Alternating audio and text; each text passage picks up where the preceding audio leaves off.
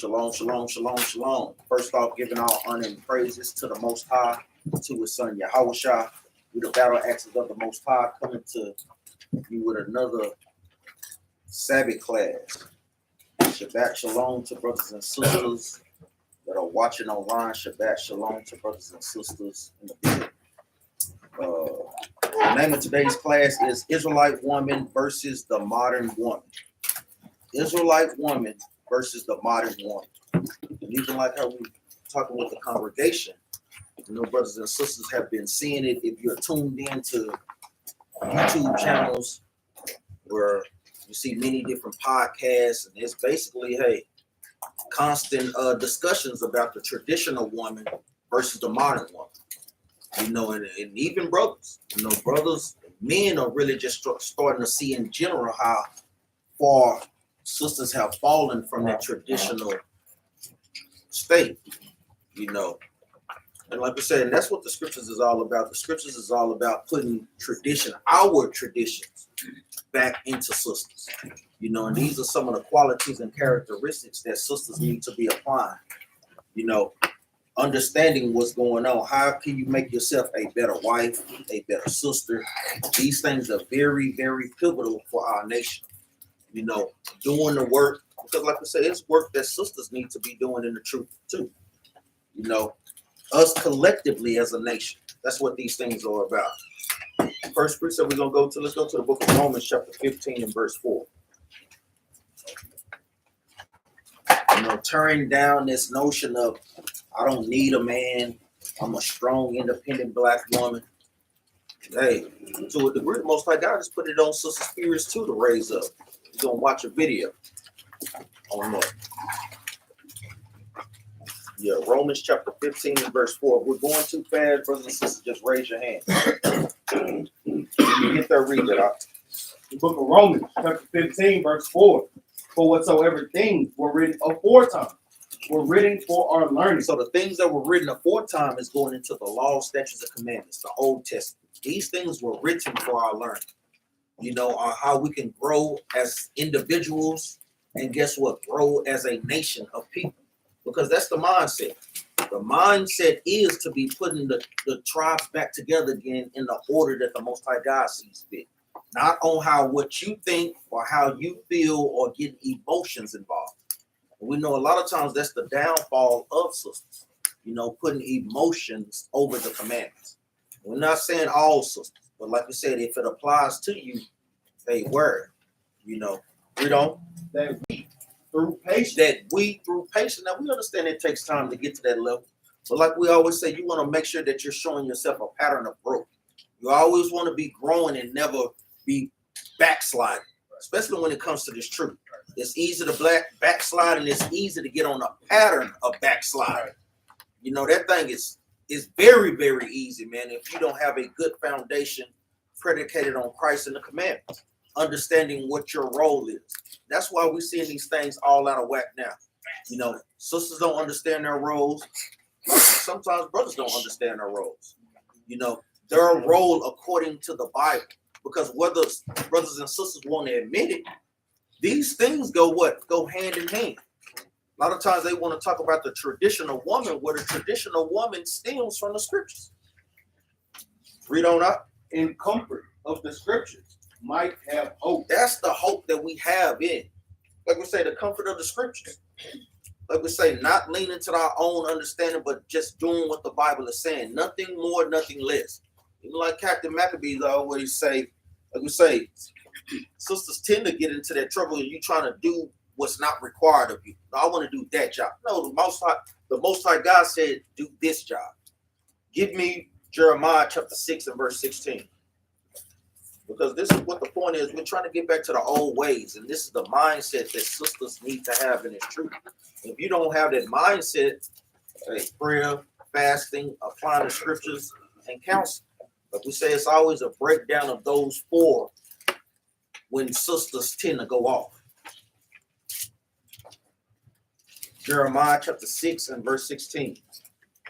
The book of Jeremiah, chapter 6, verse 16.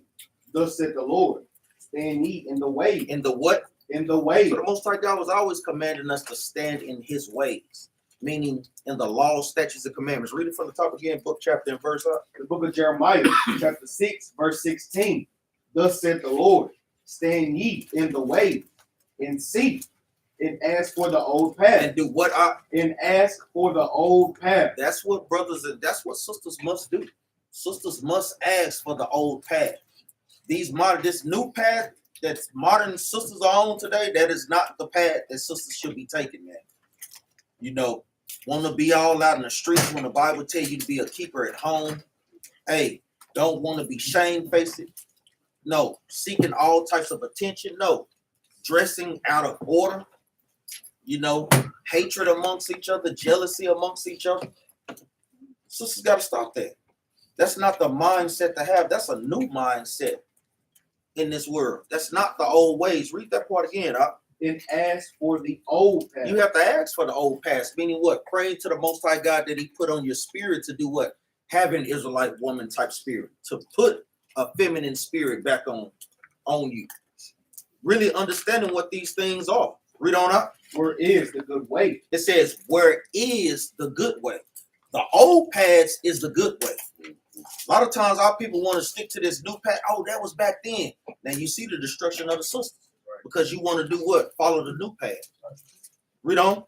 And walk therein. And walk therein. It's not enough for you to ask, but you also have to apply these things, man. Like we say, we know sisters in battle axes, hey, they're pretty good on quoting scriptures, but to apply them in every situation, that's something that sisters must work on. We're talking about every situation, man. On how you deal with your husband at home, on how single sisters deal. On every level. You got some out? No, I got something later though. Read on. And ye shall find rest for your souls. And ye shall find rest for your souls by what? Walking in the old paths. You see where certain sisters can't shake certain spirits that are on them. Because guess what? They're not finding rest for their souls. I've been bringing up for days now, even with Tarazi P. Henson. I don't know if sisters have been watching that stuff, man. Sisters like breaking down, man, because she know that guess what? She may have all the money, but it's always what? Something still missing. You have this term out there called the boss chick or the boss woman. She's basically a boss, but guess what? Something is not being fulfilled in her life still. And it's because she's not on the old path. That's what it is. She's not walking therein. I'm pretty sure Tarazi P. Henson knows about the Israelites. They know about these things, man. It's hardly nowhere you can go where you're not seeing about Israelites in the truth. It's hardly, man. Even with certain spirits on sister, even at this moment, man. Like we say, even just by bringing out this class. You don't think brothers are not trained to see these things, man? Brothers are constantly trained. Read on up. But they say we will not walk therein. But they say they don't want to walk therein, man. They want to be like Esau. And like we said, that was just a tactic by Satan to do what? To divide our nation. And a lot of times sisters love those things, man. You see it all the time. It's sister's job to put back on that feminine spirit. I'm going to read this right quick. The definition of feminine. It says having qualities or an appearance traditionally. Don't make no mistake about it, sisters and brothers. When you see traditionally, what do they mean, really? The Bible. Mm-hmm. That's all that means, man. It says associated with women or girls. It says womanly, ladylike, girlish, soft, delicate, gentle. Like we said, these are the qualities that sisters should be applying to their everyday lives. Not being combative with leadership, not being combative with their husbands, versus, hey, on both levels. Like we say, married sisters versus single sisters. Like we said, these are things that we must get into and must kick off that strong independent notion. Because I know a lot of times sisters know about these things, but I know sometimes these things are sketched in our minds, and it's hard to get out, man.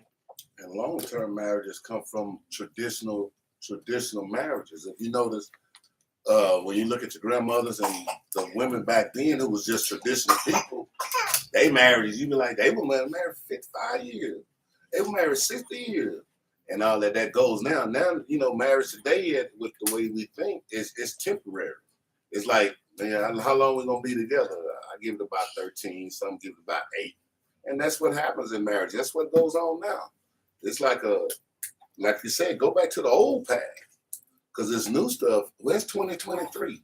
A woman is the same as a man. How did that happen? That's right. That's what I'm doing. And that's just the word feminine itself, feminist. You got to be taught that. So I don't know if I can find a woman in the world right now, maybe 2 or 3, that are actually feminine women. And that's because of the word. You know, Feminist movement. y'all been taught to be like I said, to be, oh, well, I gotta leave because this nigga ain't there. You know what I'm saying? Or, since I'm working it, I might as well go and be that, like I said, the boss be. And feminism has lost its value in our nation of people. So when you say, well, I need to be feminine, you gotta learn that trait again. It has to be learned all over again. Like the softness, the subtleness, the discretion. Right, discretion, right. You can't find that, man. And like we always say, you know, a nation is order is in order when the women are in order. So when you still got these women out here want to be the baddest bee and want to talk that noise and pat their hair and, you know what I'm saying, roll their eyes and they make things, that has nothing to do with feminism at all. That's right. And it's shunned upon now when a feminine woman is normally shamed upon, but not by men, by other women. When they being feminist to other women, you gonna submit to him, girl? They the ones coming at the women. The men is sitting up there trying to find it, but it's y'all doing it to yourselves. They made it like you're doing too good, and a lot of them be jealous. Get us some water. A lot of them be jealous of other women for doing what a woman's supposed to do. Because they out of order and not being a woman, so they mad at that woman for being a woman. That's right. That bus stop in Israel, man. It's our job to be the light, to be the example, especially with the sisters, being the young, older sisters. Like I say, showing the younger sisters on how we should walk according to the scripture. I'll play this video real quick. I know we had this notion of, like we say, that strong black woman. You know, the most I got putting it on their spirits too to kind of rise up.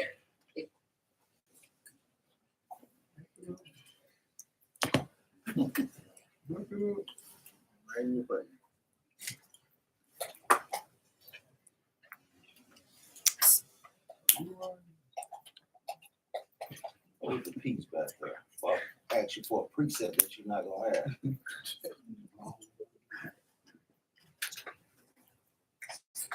Understand. Here's why. Society has conditioned us to believe that we don't need anybody, we don't need any support, and we can do it all on our own. What a lot of us has accepted as normal is really not normal. And that's true. Households were created to be 2 adults and children. The price points that the world is set in now requires 2 incomes. That's right. That's why you're working 2 jobs. And if we are not working 2 jobs, we have told ourselves that we have to go back to school, get higher education so we can make more money, which is a necessity. But wouldn't it be better if you had a whole team member helping you along? That's right. Because what ends up happening is, yes, look. And hey, sisters spit some heavy stuff. Like we say, it was always a team effort. Not in the sense that how she's saying, but we know, like we say, it is a team effort, but we know that the man is what the captain or the leader. You know, and we know a lot of times sisters don't like to be led. A lot of times sisters go through unnecessary hardship because they take on that mindset. Strong black woman, you know, independent black woman. You know, that's not the mindset that we should have. Like we said, that's the mindset that Esau has pushed upon our sisters, man. And we see that these things are not faring out too well. Even with single sisters with sons. They need fathers in their lives, man. They need those things, man. These things are pivotal, man. Like we said, that's why us as a nation, we strengthen one another.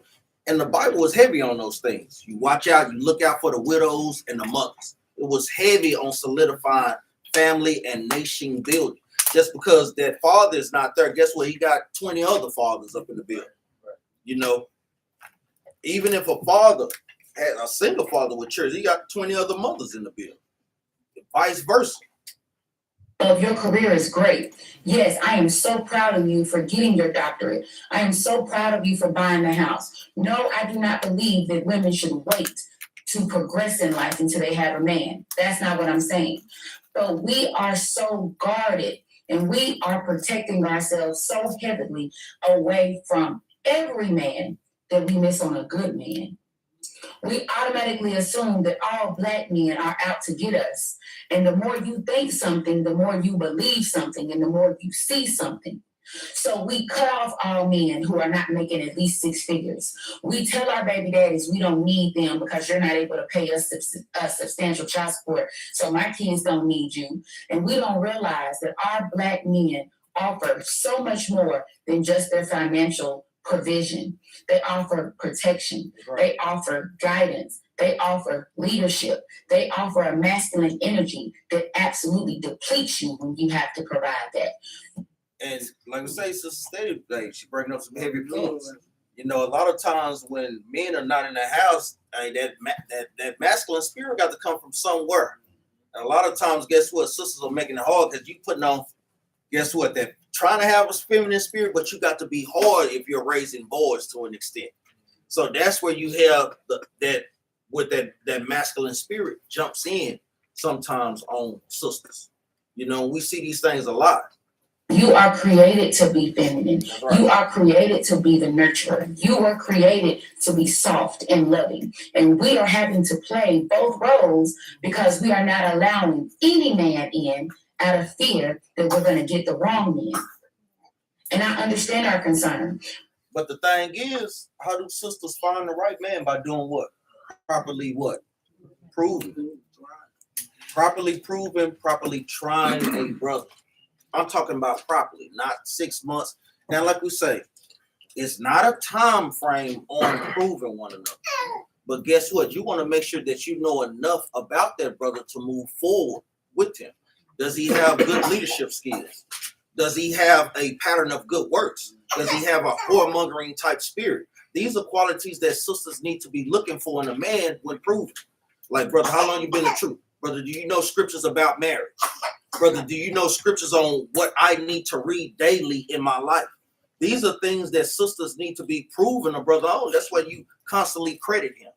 And these are qualities, like we say, brothers that have wives and don't understand, these are the things that you need to be teaching them. You know, going over marriage precepts. Like we say, who can give me a marriage precept real quick? What brother? 1 Corinthians chapter 6. Hebrews 10:1. Hey. 11. Let me see. You say Hebrew what? I said Hebrews 10. What we at? 11. We're gonna start with Brother Fred, man. We're gonna try that scripture and prove that scripture, see if he's right, man. Get in there, man. Because these things should be, what you say, Hebrews chapter 10, verse 1? Nah, I meant to say,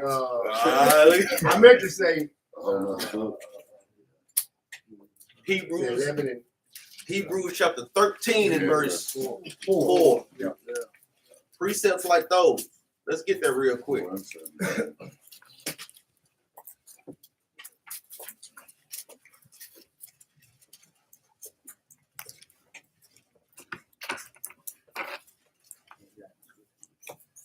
You get to read that out. The book of Hebrews, chapter 13, verse 4. Marriage is honorable in all. So that's an honorable thing. Today's society have made that notion not honorable. You know, a lot of times that's what our sisters did on the old paths. Read on. And the bed undefiled. And it's undefiled because guess what? Sisters being married to a husband, that stops what? That stops STDs from running rapid in our nation. That stops what? Single parent homes. That stops poverty. Because guess what? You have a partner to guess what? Help you and guide you. Read on up. But whoremongers and adultery, God will judge. But brothers that love to sleep with many, many women, sisters that love to sleep with many, many men, you will be judged. You're judged in the what? In the fact of getting an STD. Or what? That whoremongering type spirit, you fall up in the wrong house and the Most High God have a brother or sister waiting on you. Read on. Let your conversation be without. Now that's all I want on that. So we see Israelite woman versus the modern woman. Israelite women should what? There's nothing wrong with being married. Don't get me wrong. We understand sisters coming to the truth, but these things was heavily craved from our foremothers. Let's get there real quick. Let me get one more before we leave. Go ahead, 13 to 17. Just go down to 17. Because a lot, if you're not married, I mean, you have people that be over you. You submit yourself to them, your leadership and stuff like that, because that is still keep you in that mindset of being in that feminine energy or feminine state of mind. Because when you're just out there by yourself, you're not gonna be exercising a man being over you. So then when you get with a man, guess what? You like, man, I don't want to submit to you. I've been doing this. So read that. Book of Hebrews, chapter 13, verse 17. Obey them that have rule over you, and submit yourself, for they watch for your soul, as they that must give account, that they may do it with joy and not with grief, for that is unprofitable for you. And that's a lot of times, like when people say something to them that you ain't my husband. It doesn't matter if they're your husband or not. The man is giving you good information and telling you what. Just take. I take if anybody telling you the truth, just take the truth. Period. And like I said, if you submit yourselves unto a man in some kind of way, you developing that. You keeping that feminism. You keeping that being a feminine in your feminine energy. Yeah. If you not, then you step out of that. Then you're gonna try to get a husband and then jump back into it. No, you can't, because you still been, only thing you've been developing is your masculinity. And that's one thing I'm gonna tell you straight off the top. Don't know, man. I don't know. I don't think no man want no masculine woman. No man don't. I mean, I don't want to box with no woman, man. I don't want to have to fight. I don't want to do nothing. A man shouldn't have to handle you, because when you hear that, like, I need a man that can handle me. Men don't want that.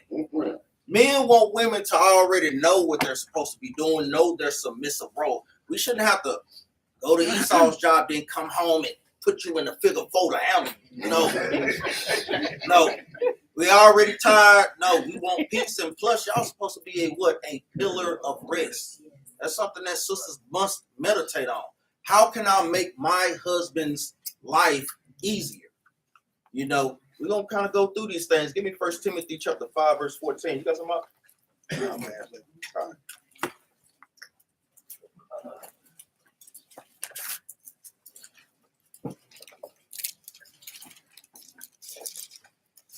So it's the man's job to protect, to provide. But guess what? Sisters have a role to play too. Book of 1 Timothy, chapter 5, verse 14. I will therefore that the younger women marry, bear children, guide the house. He said, I would therefore that the younger women marry. And is this a command to do it? No. But guess what? This thing was highly sought after, because they understood, sisters from the old pad understood that, guess what? They understood that one of those first laws to be what? To be fruitful and multiply. That's ultimately the cause of these things, to do what? To strengthen us as a nation of people. That's one thing also sisters must shake as well, their selfish spirit. No, I'm worried about my career. I'm worried about me. No, half the time they don't even give a damn about the children anymore. They're just solely, guess what? I'm concentrating on myself. Even with Tia and Tamara, with her divorce, hey, she got into it with her husband because he didn't want her being all on TikTok. Now she can't keep the damn wine glass down. Dancing, just want to be seen and want to be what? In the spotlights of other men. Because what else would sisters be doing that for? So brothers can be all in your DM. Hey, gorgeous. Hey, princess. Hey, queen. And then you hitting them right back. Yeah, let's meet up. No, because that's all brothers is literally trying to get. Like he was literally showing her, but then she thinking that he's trying to stop her from doing it. No, I'm trying to guide you in the right way so that you don't get unwanted attention. Attention that, guess what, caused you to go off. Read that again from the top. 1 Timothy chapter 5, verse 14. I would therefore that the younger women marry. So guess what? This was highly sought after. Read on up. Bear children. Bear children. Now we see sisters, they what? Constantly commit what? Abortion. This was something to be coveted after, man. Sisters, hey, if sisters couldn't have any children on the old pad, guess what? They felt some type of way, man. Let's get a couple of them. Let's go to boy, in fact, a lot of them was. Hannah. A lot of them, that's right, barren. They were giving their maids. They made that. You gonna have somebody to do something for it. I made that back. And now I'm gonna tell you, boy, that's a whole nother level right there, boy. Yeah. To actually give your handmaid to your husband and have a child for y'all, that's some heavy stuff. Let's go to the book of 1 Samuel chapter 1 and verse 2.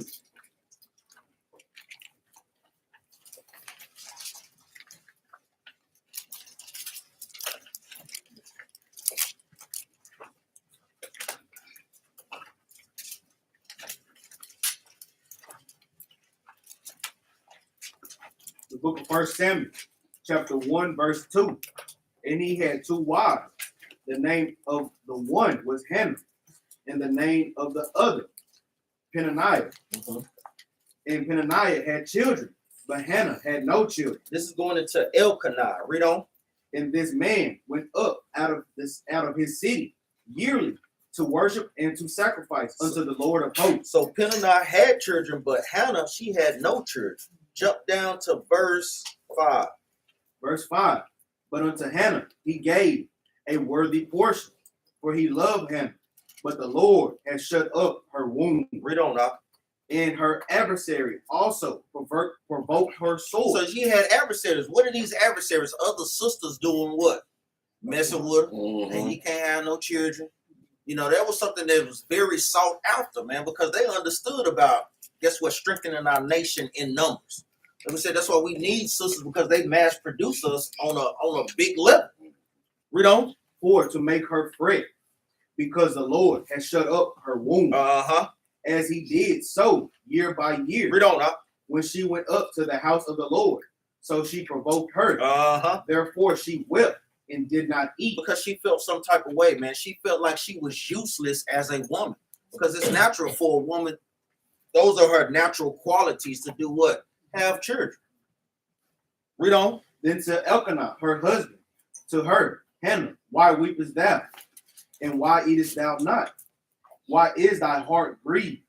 Am not I better to thee than 10 sons? So guess what? Her husband was trying to do what? Comfort her. You know, am I not better than 10 sons? Read on up. So Hannah rose up after they had eaten in Shiloh, and after they had drunk. Now Eli, the priest, sat upon a seat by a post of the temple of the Lord. And she was in bitterness of soul and prayed unto the Lord and wept sore. So this is what sisters should do, even in any cases. Whether you can't shake certain spirits, you got to cry bitterly to the Lord. Like I said, the Most High God to give us anything and we ask according to His commandments. Read on out, and it's gonna be proven. Read on. And she vowed a vow. And she did what? And she vowed a vow. Like we was talking about and going over in Wednesday class with the Q&A. She vowed a vow, meaning she was going to keep this oath or promise. Read on. She vowed a vow and said, O Lord of hosts, if thou wilt indeed look on the affliction of thine handmaid and remember me. And that's what sisters must do. Remember me, Lord. Lord, put me back on the old path. I don't like this type of path that I'm on. Read on up. And not forget thine handmaid, but will give unto thine handmaid a man child. So she's praying to the Lord that He do what? Open her womb and bless her with a child. Read on. Then I will give him unto the Lord all the days of his life. So, hey, she heavily wanted a child. Lord, just give me a child and I will give him to you to do the services and to put in work 24/7. Just please let me just have a child. Read on. And there shall no razor come upon his head. Read on. And it came to pass, as she continued praying before the Lord, that Eli marked her mouth. Now Hannah. Jump down. We're going to get straight to the point. Jump down to verse 19. Verse 19.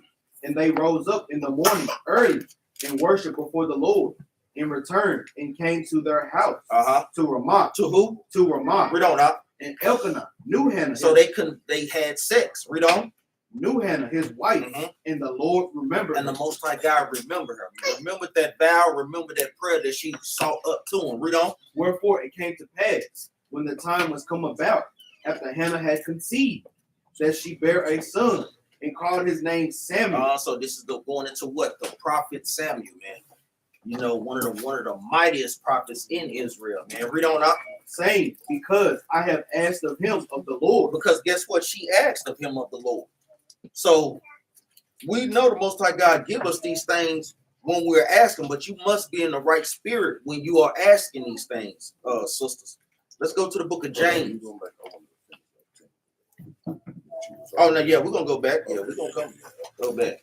We just build up the precepts to just get more edified. Give me that James chapter 3, verse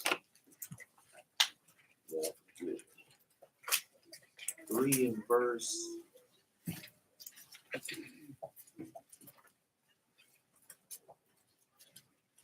It's like 4 and verse 3. Don't forgive me, I know that these dead seas over here, boy. Must fade. Yeah. The book of James, chapter 4, verse 3. Ye ask and receive not. Meaning, when it talks about ask, what is it going into? Praying. We pray and we receive not. Read on. Because ye ask amiss. We ask amiss, meaning what? We're not asking for the right reasons. When we pray to the Most High God and we're not getting those things, we asking for the right reason. So you have to check your spirit a lot of times. Hey, for the wrong reasons. Thanks, Al. So you have to constantly check your spirit, even with the sister Hannah. She wanted a child, but guess what? She did that even in a selfless act. Like, hey, you give me a child, guess what? I just use them for you, Lord. Man, that's one of the most selfless things, because what's so near dear to a sister is their child, man. You always want them there with you. Read on up. That ye may consume it upon your lust. A lot of times we don't get the things we want is because guess what? We're asking not in the right spirit or asking for the wrong reasons. Is that it on that? Read on. Ye adulterers and adulteress, know ye not that the friendship of the world is enmity with God? Whosoever therefore will be a friend of the world is an enemy of God. Let's go back to 1 Timothy chapter 5, verse 14. That's a good one, because it's telling you right there, I can't be doing with the modern women of today's world now. This is how the woman's supposed to be. Well, if y'all understand that, then you realize, I mean, they don't even know what a woman is no more. They really don't. They don't. Bruce Jenner's the same dude that was on my Wheaties box. And now he's one. The Captain, man, back in the day. Y'all remember that back in the day? He was on the year back. I used to look up to that dude, and now he's the woman of the year. That's crazy. That is, man. That shows you the wickedness of this society, the confusion. That's why it's called what? Babylon the Great. Meaning confusion, man. Read this. The book of 1 Timothy, chapter 5, verse 14. I will therefore that the younger women marry, bear children, guide the house, give none occasion to the adversary to speak reproach. It says guide the house. Did it say running and hoop riding in the streets? No, it didn't say that, man. Sisters have to understand their role, because guess what? You want to it's something. I'm gonna say something. Go ahead and finish what you're saying. It says, read that part again, that last part out. Guide the house. Guide the house. Give none occasion to the adversary. Guiding the house is very, very important, because what a sister does is basically like taking inventory on the things that you need in the house. You know, I'm gonna tell you, like for that winter, when you couldn't go to the store, like if sisters weren't on top of that, hey, it was a problem, man. Like we said, these things are very, very important for sisters to understand, man, to guide the house. Meaning what? That the children are in order, making your husband's job easy. Making sure the house is clean, cook food. These are qualities that sisters need, because what do you think we're going to be doing in the wilderness? Sisters will have to have these traits. Sisters are going to have these traits. You're going to be out there You think it's just gonna be 6 sisters cooking for 1,000,000 Israelites in the wilderness? Nah, man, nah. Get some. What's that? That meme? Get somebody else to do it. No, because like we say, Christ is looking for that. Because guess what? We need all hands on deck when you're building a nation. Go ahead. I just said the burden. It says the God the house give not occasion for the adversary. That's a heavy point. Don't give occasion for the adversary. We already know in Genesis, man. What did she do? She gave occasion for the adversary. When you're doing these things of the world, when the world teaching you to be a independent being, you are giving occasion for the adversary. That's opening up the door for the adversary. Right? That's right. Oh, well, I can say what I want to say to this nigga. I ain't got to shut my mouth. You giving occasion to the adversary. You've been that door open, man. That's the heavy point right there. Go ahead. Yeah, and I'm gonna say this. We all done made mistakes. A lot of us made mistakes. All of us done did it the way the world doing it. Men done been, y'all miss to women, and women been overbearing over the men. That's just, but the thing is, if you go back and these women, because y'all women gonna have to teach younger women. You got daughters. It's a lesson here. Go to just the beginning of 14. I would therefore that the younger women marry. They do what? The younger women marry. No, I gotta go get a master's. The younger women marry. No, I gotta go get this bag. The younger women marry. Y'all need to be teaching the younger women to get married early. And see, there's I'm gonna wait till I go do this. I gotta go do that, and I gotta get myself together. I gotta work on me, girl, and all of this stuff. And then y'all looking for a man in. Nah, that's what the thing about it. See, one thing what happens when you're a younger woman and you get married, and then your husband, you learning everything about what your husband needs, because now you're a younger woman. You're not concentrated with everything that went on in the world. Your mind ain't went all over here. That's why he said marry, and he got an order to it. Because a lot of us went out of order. I got a child out of wedlock that I was not married to. But if you notice what it says, read it. I would therefore that the younger women marry. Bear They children. hold on. Did you see that? The younger women marry, then bear children. That's right. We was out there just doing things, popping them up. Then that mad. I went to jail 3 times behind child support. They were taking out of my check. Men don't do that. I'm trying to tell y'all, don't. Women, there's other ways to make money besides the child support check. If you married, you ain't got to ask the government for money. Because y'all be depending on the government, I can promise you. And it's coming soon. They already in line for it. They finna cut off the welfare. Then what they gonna do? I got 6 kids. Remember, you were getting all them checks. What happens when you ain't getting not one no more? But you still got 6 kids, though. And the thing is, that's why sisters are very important. Like I say, when it talks about God, the house, it's not literally just talking about that. It's talking about even teaching your children. Especially if you have daughters. You're teaching them and raising them, because we know a lot of times sisters weren't raised to be what? Wives. That's right. Mothers didn't teach them. You know, we see that a lot of times too, and they damn sure weren't teaching them according to the scriptures. Sisters have an opportunity to, guess what? Put these things back on Exactly. That's what the young grannies are now telling the young daughters to what? That nigga ain't got no money. Don't you mess with that nigga? Just like that sister said on that thing. That was a great thing she said. As an Israelite woman, what should be your first thing looking at a man? Because what does the world look for the first thing? How much money he makes, right? But should that be the first step of an Israelite woman? No, the first step should be, what is he a leader? Is he a great father? Is he keeping the commandments? Right. Is it? And that boils down to the commandments. If he's a great father, a great leader, right? This what the world does. Like we said, the modern woman versus the Israelite woman. They went back there talking about, girl, let's see if Samuel makes, let's see if he a sheep herd. How many sheep he got? Girl, let's see how many plowshares he busting down. They said, girl, he got 1,000 sheep. You better get there. You know what I'm saying? They weren't doing that, but this is the modern woman right now. Girl, they ain't making no money. But the first thing you need to do, because he gonna be making all the money in the world, and you come home, we bust you upside your head every night. You know what I'm saying? Now you're in a situation talking about what that, or you did that to yourself. So like we said, we charging the women today, you know, but the men also get on exactly. Too. And that's the thing about it. Like even like when a woman's being at home and being a woman taking care of business, and especially when y'all marry at a younger age, The fact of the matter, you looking at, nah, the young man ain't believe me. It took me forever just to get $10 an hour as a man. I'm talking about, but I work. But at the same time, you see potential, like he said, you see a leader, you see somebody that can guide you. The fact of the matter is, when you taking care of that things at home, guess what he can do? You got to worry about the money coming. Because now he's relaxed when he come home. Guess what he can do when it's time to get up? He can go do those things that gonna make you comfortable later on in life. That's how it works. It all goes together. But if you just, I'm gonna do this, then that's what he said. It ain't gonna work. And then that's what he said, the adversary come in. That's right. Because we do the things out of order. But when we do the things the right way, there's no room for the adversary to come in. Go ahead. Let's jump up to verse 8, because like we say, even with going with proving, if you know a brother is keeping the commandments, this falls under that category anyway. All right.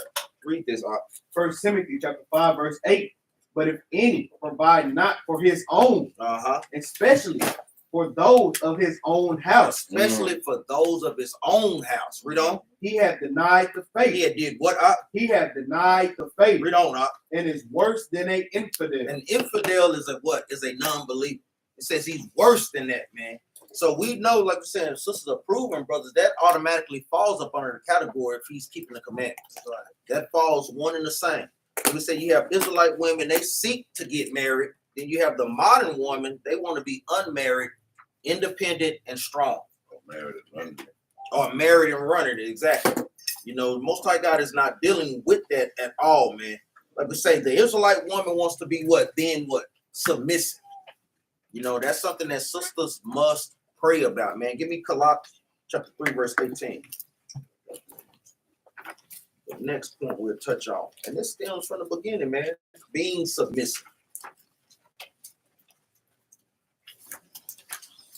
I would say if sisters are not ready to be submissive, are sisters ready to be wise? Sisters, if sisters are not ready to be submissive, are y'all ready to be wise? No.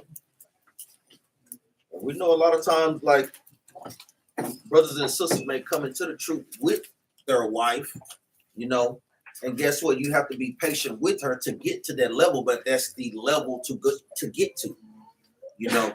Being an example. Remember, sisters are an example, man.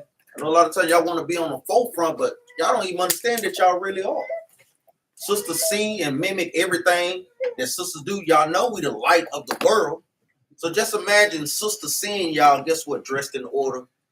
Guess what, having a holy conversation, not talking about ratchet stuff, but things that are profitable. Sister, did you sew today? Sister, what did you do that was productive? Did you, guess what, do the things that take care of the things in your house? These are things that sisters should be encouraging one another on, man. Read that out. Colossians chapter 3, verse 18. The book of Colossians chapter 3, verse 18. Wives, submit yourselves unto your own husband. Read that again. Wives, submit yourselves unto your own husband. Read on.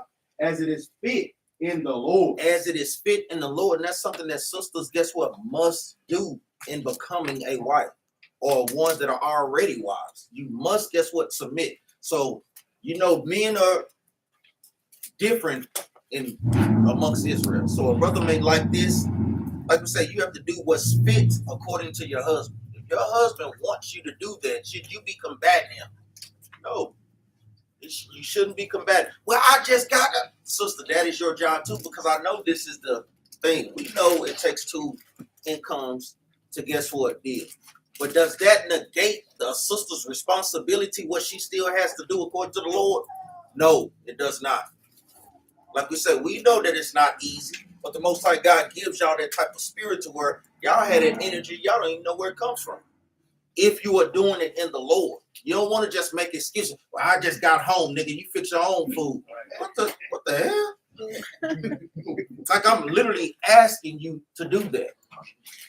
Like we said, this is something that sisters, like we say, must apply, man. Because without a sister saying that, it's less what? Arguments, it's less contention, it's less strife when sisters solely know their jobs, man. You won't have no stress up in there. You not stressed out, your husband not stressed out, man. What's that song? Well, I think it was that song where that lady called the other lady, and she says in that song, she said, it was one of the most things that hit me. She said, I was earning my man while I was learning my man. And that hit me like, dang, boy, did you hear that? She was earning her man while she was learning her man, meaning I was learning everything this Negro did. And I fulfilled what he needed. And she earned it. And she would tell the other lady, you don't earn it. I earned him. I did what this Negro wanted. You can't do that. The only thing you're gonna do is drop the pants for him, but that gonna wear out. That ain't gonna be nothing. But she learned it. And that's why she keeps the man. That's good. And that's a heavy point. That song, that's a heavy point. Clean up, mama. Yeah, no pain, no pain. yeah, that's it. Yeah. Let's go to the book of Genesis, chapter 3, verse 16. Let's go to the classics.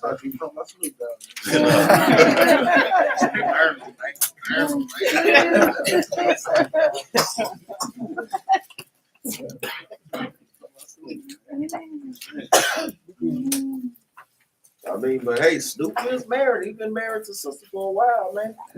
Oh, yeah, man. A lot of times, these little ratchet sisters, we love our sisters, Cardi B, them. You know, they be talking about, I don't cook, I don't clean, but then they show the video of her behind doing what? Cooking and cleaning. They push that notion on y'all, but then they behind in order at home. Ratchet is all outdoors, but they in order at home. And he letting you know, man, she don't do none of this. She don't act like that. No, not with me. For real. But then we bind and we treat. I'm gonna do that. Well, she don't even do that. Like we say, don't. Hey, and they married. Those sisters are married, man. You know, that's something that even the younger sisters, y'all want to look up to them. Look up to them even on that part. To being married. You know, you so concerned with being a boss chick. Read this. The book of Genesis, chapter 3, verse 16. Unto the woman he said, I will greatly multiply thy sorrow in thy conception. In sorrow thou shalt bring forth children, and thy desire shall be to thy husband. Sisters' desire shall be to their husbands. And I know that's a lot of learning to do for sisters, man. Especially, like you say, modern women, they just say, but your desires to what? To your husband. You know, we're not talking about wicked Negroes. What's wrong with you submitting and having your desire to a brother that's, guess what? Being a man of the Lord. And that's natural, because that's what the Most High tells you. That's a natural thing I've done. You're supposed to be, that's what you're supposed to be doing to your husband. That's what he said that's going to happen. That's a natural thing. So to go out of that line, meaning you're being unnatural. That's what you going against nature. Read that again from the top up. Unto the woman he said, I will greatly multiply thy sorrow in thy conception. In sorrow thou shalt bring forth children, and thy desire shall be to thy husband, and he shall rule over thee. And we talking about what? In righteousness. That's the whole point. We're not talking about a wicked brother, man. Look at this. So the modern mindset,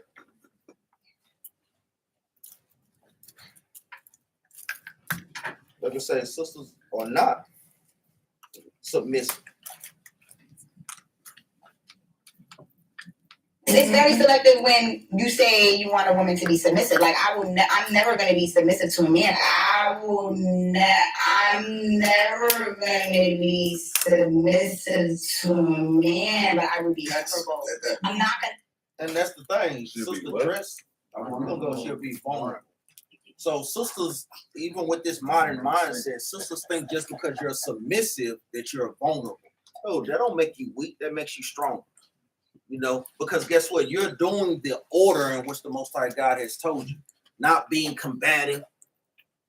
Like we said, even like how this sister is. Like I say, sister's dressed out of order. What man would want a sister that's dressed out of order? No, she look like she just got off pretty soft. And he's submissive. Folks, you came back. So what is that word submissive is just very negative in general. Right. Right. I feel like I want to be submissive to my man, and I want to be submissive to my man if I have a relationship. And guess what? You do have some sisters that have some understanding on how they should be in a relationship or in a marriage. You know, and that's what the Most High God literally is doing. He's having sisters, guess what, literally going at them like, hey, no, we done tried it this way. Guess what? We tired of this, man. Like, we out here by ourselves. It's harder than ever. and stuff is getting worse than ever, man. Right. Like, no, they knowing something is not right, man. They knowing, like I said, they just got to take that extra step to actually get into the truth and keep the commandments, though. That's the point. I want to take off the brushes of being vulnerable. I want to be vulnerable. You already know what time it is. Always happy to help you get So through your we day. see that even with like modern sisters. You know, sisters have to shake that nonsense and that notion, because guess what? The Most High God is literally giving you a job to do. He's literally giving you things to do. And the thing about it, when you do what you're supposed to do, and the man's not doing what he's supposed to do, man, believe me, you ain't got to worry about the Most High gonna take care of that. Because the same way he be jacking some of you sisters up for being out of line, what you think he gonna do to the Negro who's supposed to be leaving? Right. It ain't gonna be nothing nice. You ain't got to worry about getting him back. I'm gonna get him back. No, you don't. Believe me, his head is who? Right. And Christ ain't playing. That's right. So why? That's a lot of times with the men. Men shouldn't be playing when it comes to the relationship. Look, this how I need this thing done. This how it is. That's the way Christ gave it to us. This, like, look, men, y'all need to do this. This how I want this done. If y'all don't, hey, I'm coming down. Judgment gonna come on y'all. It's the same way. We submit to Christ. Y'all submit to your husband. And that's just how it is. I didn't make the rules. He didn't make the rules. We all got to play by the rule book, period. Let's go to the book of Jeremiah, chapter 31 and verse 22. Brother should know these precepts for sure.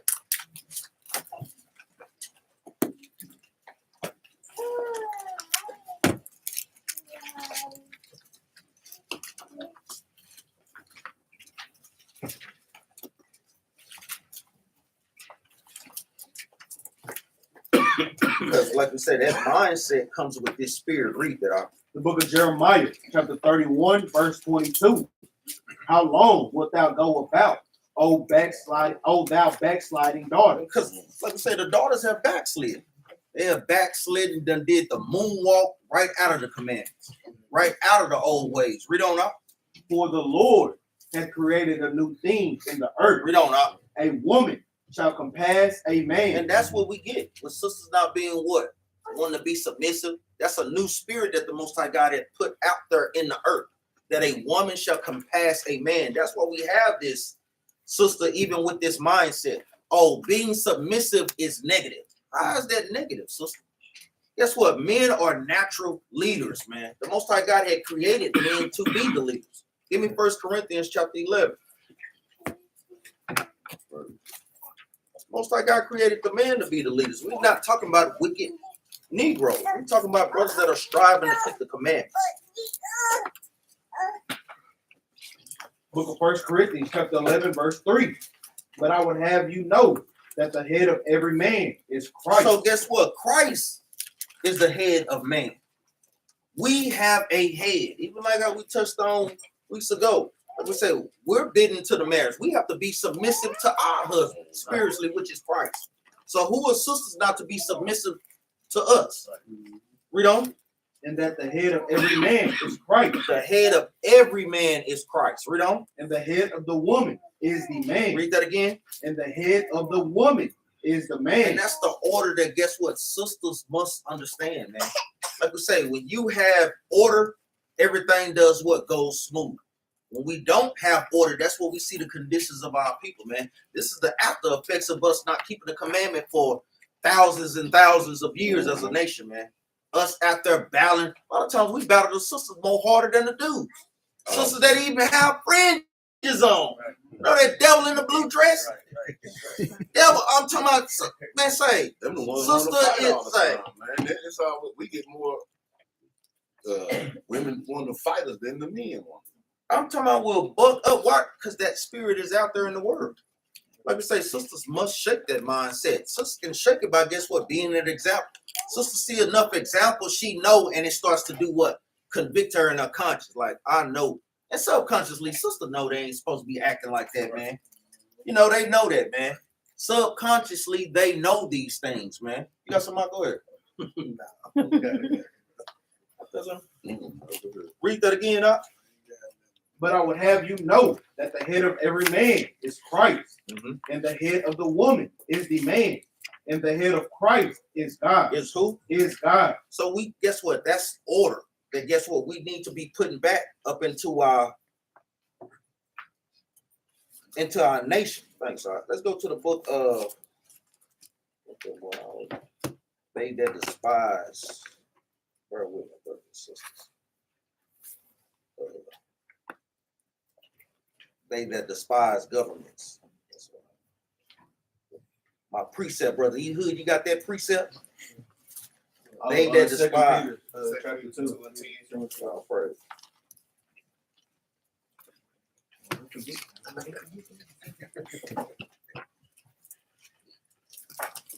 In the spirit. 2 Peter chapter 2, verse 10.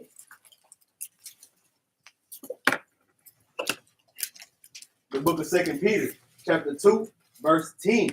But chiefly them that walk after the flesh in the lust of uncleanness. So we see that, guess what? 9 times out of 10, the people that have this spirit don't like order. Read on. And despise government. Government is making reference to what? To order. 2 Peter chapter 2, verse 10. Read it again from the top up. The book of 2 Peter, chapter 2, verse 10. But chiefly them that walk after the flesh in the lust. Meaning what? In walking in sin. Can't get right. Read on. Walking after the lust in the flesh of uncleanness. And despise government. The people that have that characteristic or that spirit, they hate order. Government is going into order because guess what? Christ has set up a order. Even Esau has an order. And everybody falls in their places. Read on. Presumptuous are they, self-willed. Read that part again. Presumptuous are they, self-willed. Self-willed is a heavy, heavy spirit. Meaning what? You're willed by yourself. No, we should be willed by the spirit of the Most High God, man. That's what we have even when sister is self-willed, man. I'm going to do my own thing. But then when danger comes, oh, get him. Get him. Oh, when the spider comes, kill it. Kill it. You're vulnerable because you're a woman. I mean, come on, man. That's out of order. It's not to say that, like you say, we don't have single sisters that are not married. But guess what? Single sisters that are in the truth.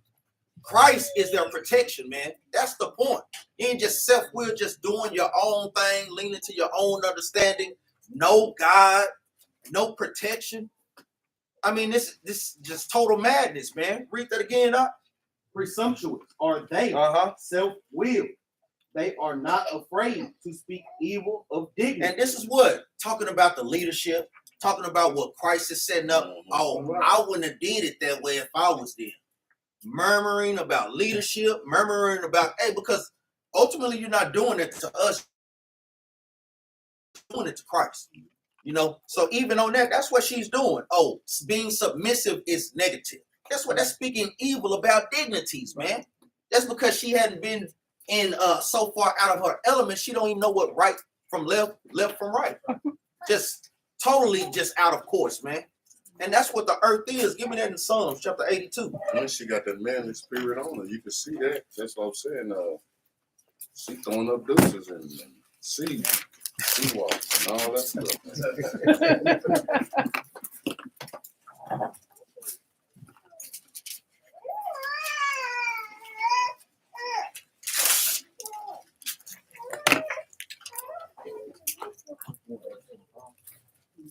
Yeah. The book of Psalms, chapter 82, verse 5. They know not, neither will they understand. They walk on in darkness. And that's what we have the sisters doing. Neither will they understand they're walking in darkness. Meaning the things, the mindset that they have is detrimental to their growth, man. It's stunning their growth, man. Read on. All the foundations of the earth are out of course. And that's what we have. We have a breakdown of us not keeping the commandments. We have a breakdown of our nation. That's why we see the earth all out of course, man. You see women ruling, man being submissive, men being beta males. No, the Most High God didn't create men, not no Israelite man, to be no damn beta male. He created us to be what? To be the leaders, to be the alpha males of our nation, man. You got some good. Oh yeah, for real. It's like all of us, man. That's right. And you don't need to say you're alpha male if you already are one. No doubt. You know, shots fired. Shots fired, man. Let's go back to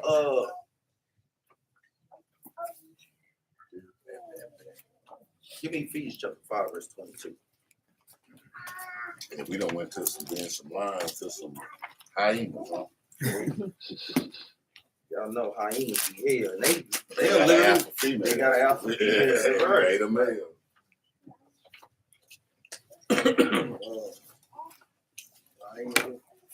Yeah, the woman, the big. In fact, The woman rules the clan. she bigger than the male, and she running. She like when the line come in, he eats first. You know what I'm saying? Not on that. With that, they get back. She won't even let them.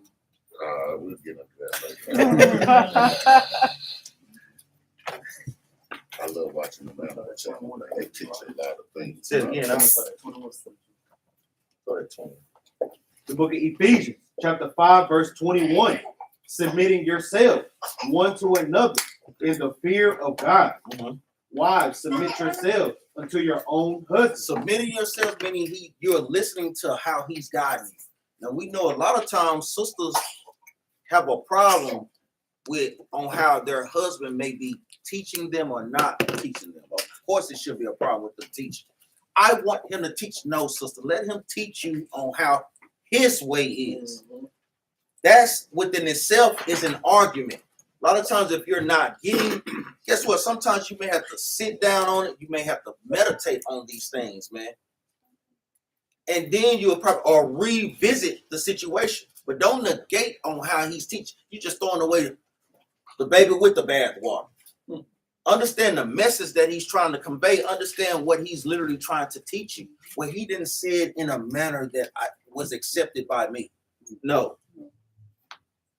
Guess what? That is going off, man. That's going off. Like we said, you can't subject your man to be on your level. No, speak to me this way. Now we understand it's not gonna just be out of order, but we ain't you ain't speaking with I'm about to say father knows best wives here. But the thing is, we are men, so it's naturally gonna come out harder. I mean, our voices carry. You know, Maccabees, we always tell our, hey, I talking in the back, hey, his voice carries. But like we say, don't shoot the messenger, understand what the message is, man. Exactly. Like that's like somebody can come to you and say 1 + 1 is 2. You get it. Then somebody come back and say, damn it, 1 + 1 is 2. Does it change the fact that it's still 2? Just because he said it nice and just because the other one said it like that, it's still the truth is the truth. And that's the thing about it. Instead of concerned with how the message was relayed to you, well, be concerned with what is the message. And that's what we get into. And I noticed that when I watch a lot of videos, a lot of women, they don't want to get it because the way he told me. But you didn't tell me you would have got it if it was just, the fact is, what he told you is true. Take the truth. That's right. That's my. Even with us going back to sisters God in the house, a lot of times the Most High God puts that out there. Why do God put it out there for sisters to guard the house? As a form of protection. And a lot of times sisters don't know that. When sisters love to run the streets, a lot of times you're asking for stuff to happen, man. Mm-hmm. You're literally asking. Let's go to the book of Genesis, chapter 34. Outside of what you're supposed to be doing. Oh, I just love to just run the streets. No, that's not what the Bible commands you. Keepers at home. But then you had that notion after, oh, we just supposed to stand up in the kitchen, bare feet, and have babies. Well, if you got that mindset, yes, Flintstone. Like, come on, man, don't be simple.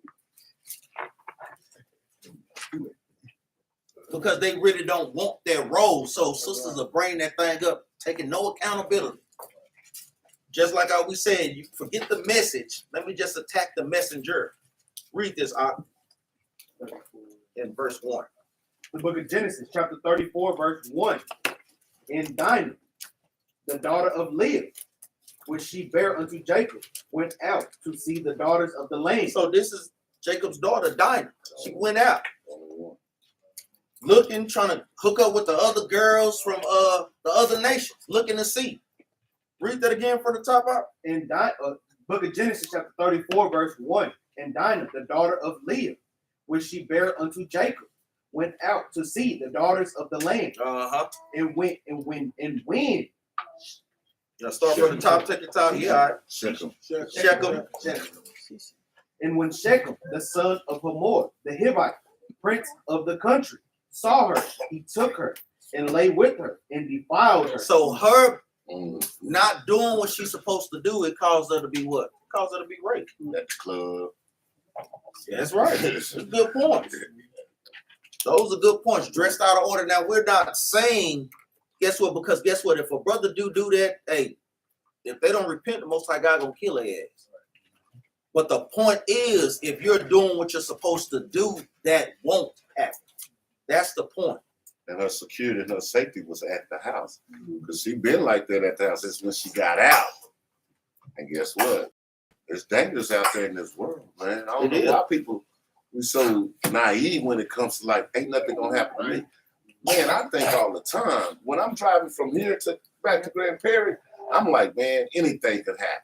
I gotta pray on that drive because I know where I'm going, man. I could wreck and not this be it. It's dangerous out there, man. That's why it's a lot of times it's good for a woman to stay at home, especially being a weaker vessel. That's right. Let's go to Titus chapter 2, verse 3. So we see that even with our sisters, this is an example on what not to follow. Going through sisters, we gave an example of what Sister Hannah, on how she was selfless. Even when we're gonna touch on Esther, how they were that same spirit, meaning what? How they put their nation first. A lot of times sisters put themselves first. But if I ain't got mine, I'm not doing it. You know, I'm not in the spirit. Hey, I don't want to do it. Hey, damn it, give them the spirit, man. Because guess what? This is for your nation. You get that, read that out. The book of Titus, chapter 2, verse 3. The aged women likewise, that they be in behavior as becometh holiness, not false accusers. We don't know. Not giving too much wine. False accusers is going into your accusing people. It goes into the realm of gossiping, lying. You know, sisters have to watch that particular type of spirit, especially if it's not productive. That's never productive. Salaki, go ahead. That's that. You ain't heard it from me, but Busy Benaniyah. You have to watch those. I know sisters know that. Older generation of living color. Like I say, you have to watch those things, man, because that spirit can jump on a sister, then it can jump on the next sister. Then you got what? A congregation full of gossipers in there. Ain't got nothing good to say about a sister, but you can say something wicked as hell about it. Sister, have you even been around that sister? Like, come on, these are the things that sisters must understand because, hey, like we say, women are very impressionable, even children. You know, don't think that they're not hearing the conversations that sisters may have amongst one another. Read on up. Not giving too much wine. Guess what? Not being a drunkard. You know, you don't want to be known for that sister that loves to, guess what, drink. There's nothing wrong with drinking. But if you know that you have a problem drinking, you might want to hold off. You don't want to never have that stigma on you, man. How can that help you have a husband? Because don't no husband want to deal with no drunk sister. They just don't, man. Read on up. Teachers of good things. So guess what? Sisters can teach. It's going to list the good things that sisters should be teaching. And sisters should have this mindset, especially for sisters that have been in the truth. She constantly want to guide. Constantly want to, guess what, show sisters, guess what? And we have to quit this notion on where sisters cannot correct sisters. How else, if you going off and brothers is not around and a sister is not correcting them because they scared they're not going to be their friend no more, that's wicked as hell, man. So you just going to let the sister go off knowing she going off and not say a damn thing. You know how she get, girl. I ain't saying nothing. You know she ain't gonna call me no for a week. I don't give a damn. Because guess what? She shouldn't be wicked in the damn first place, man. That's the point. Like we say, we see enough of that stuff outside of there, man. Yeah, exactly. It's our job to, guess what, call people out on what they are doing, man. Like when you just sitting around just letting somebody be wicked and not say nothing. And I'm gonna tell you, you really don't love that sister, man. That's really what that goes into, man. Give me Leviticus chapter 5, verse 1. And that's the thing, y'all. It's tough. Y'all got to learn to be critical of other women. Be like, hey, that's wrong, sis. Period. A lot of times y'all want to try to. I don't want to. That's not offensive when you telling them to do the right thing. That's right. That's right, man. And it hurts because you don't want the truth. Exactly. That's right. They say that truth hurt. You get there, read that off. The book of Leviticus, chapter 5, verse 1. And if a soul sin and hear the voice of swearing and is a witness, whether he have seen or known of it, if he do not utter it. If he do not what? If he do not utter it. If you don't say nothing, you knowing the sister is going off, knowing the brother is going off, and you do not utter it, read on, then he shall bear his iniquity. then guess what? You're gonna bear that sin. You're gonna bear that sin, man. Meaning what? You're held accountable for that. Because it's our job to do what? Keep checks and balances on one another. Leaders can't be everywhere. That's why we was talking to the brothers even in Capt 101. Like we said, we seeing, like we say, conversations, even when we're having a good time amongst each other, new moons, holiday days, and so forth. You seeing conversations that's getting too worldly, you have to say something, man. Sisters gotta say something to one another, sister. It's a little bit too early. I know we having a good time. But hey, conversation goes a long way, sisters, man. A long way. A lot of times, before people see you, they do what? They hear you. Like we say, we have to keep our conversations holy, discreet, knowing when to say something, when to hold your peace. Let's go back to Titus chapter 2, verse 3.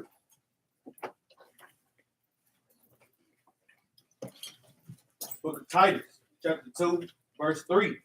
The aged woman likewise, that they be in behavior as becometh holy, not false accused, not giving too much wine. Not giving too much wine.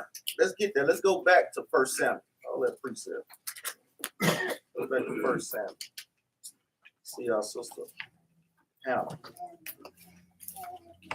1 Samuel chapter 1 and verse 13.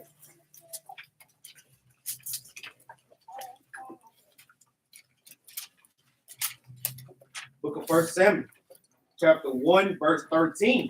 Now Hannah, she spake in her heart, only her lips moved, but her voice was not heard. Therefore Eli thought she had been drunk. So brother, he thought she had been drunken. Read on. And Eli said unto her, how long wilt thou be drunken? Put away thy wine from thee. So guess what? He was going to bring the correction to her. But let's keep reading. Read on. And Hannah answered and said, no, my Lord. What did she say? No, my Lord. Read on up. I am a woman of a sorrowful spirit. She was just sad. Read on up. I have drunk neither wine nor strong drink, but have poured out my soul before the Lord. So he was letting her know, like, no, I understand these things. No, I was just sorrowful. I'm not a woman that's drunken. You know, I understand these things. I'm just sorrowful because I can't what? Bear cheering. Let's go back to Titus chapter 2.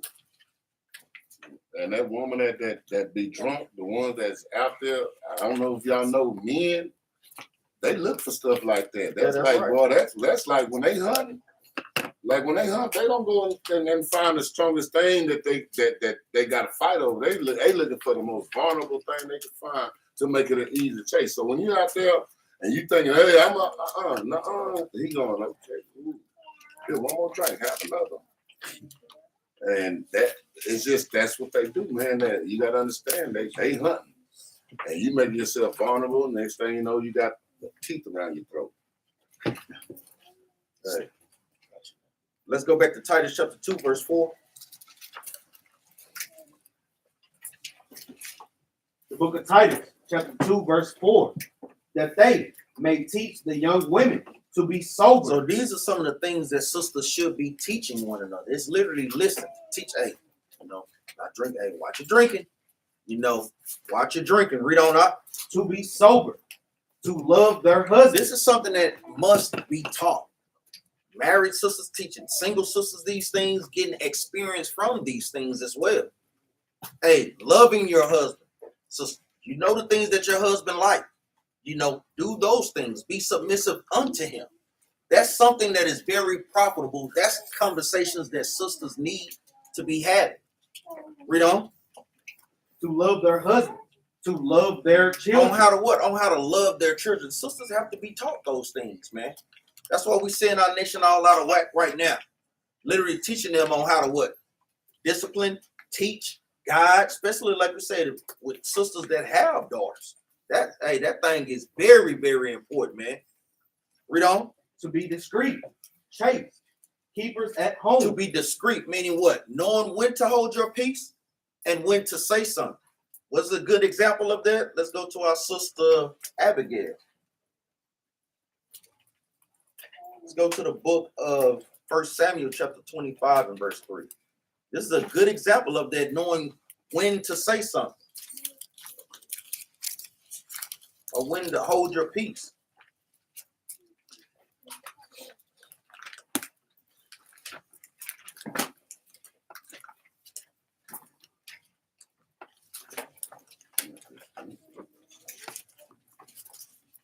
First Samuel chapter 25 and verse 3. The book of 1 Samuel, chapter 25, verse 3.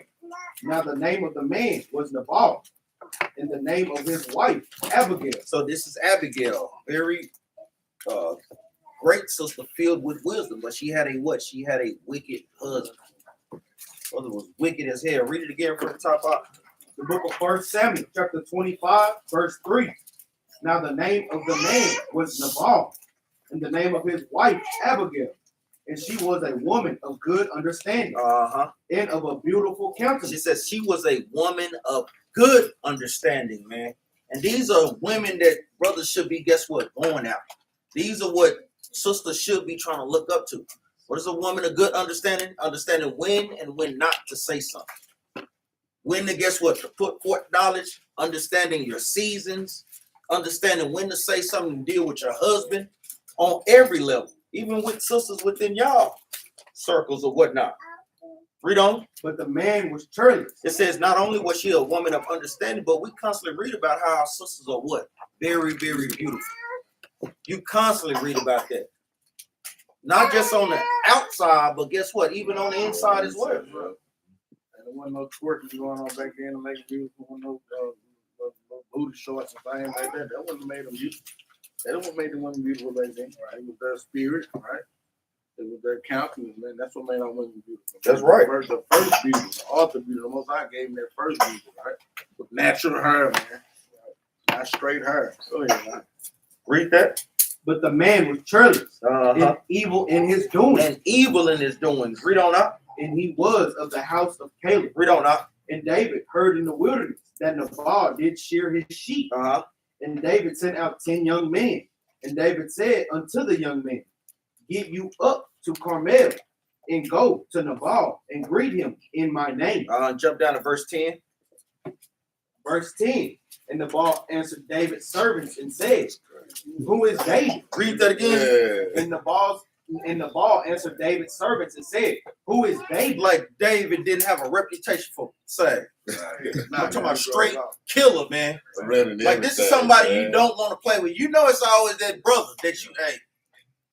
Name one nigga in the hood that play like that. Better stop playing, man. Put some respect on David's name, man. Yeah, Nick Rowe just talking reckless. Yeah, you have sisters talking reckless, man. Not understanding the consequences of their actions. Read on up. And these are black folks, man. You cannot tell me, right? Man, who is you, nigga? That boy, this is what he's saying. For real. Who is David? Nigga? I don't know David. But they don't know him. Hey. Like what's that Soldier name? Boy. Soldier Boy. Soldier Boy, yeah, they talking about Drake. I made Drake. Well, you better stop that. Read on up. Verse 10 from the top. And Nabal answered David's servants and said, who is David? And who is the son of Jesse? There be many servants nowadays that break away every man from his master. Jump down to verse 13. Verse 13. And David said unto his men, gird you on every man his sword, and they girded on every man his sword. So guess what? You think David girded every man his sword? No, we finna go see about this brother. Yeah, no doubt. This brother over here talking reckless, man. Read on up. And David also girded on his sword. And there went up after David about 400 men, and 200 abode by the stuff. Read on up. But one of the young men told Abigail, Nabal's wife, saying, Behold, David sent messengers out of the wilderness to salute our master. And he railed on them. Read on up. But the men were very good unto us. So why do you think the men went to Abigail? Because they knew she had what? Wisdom and a good understanding, man. To do what? To calm down the matter. A soft answer, turn away what? Turn away wrath.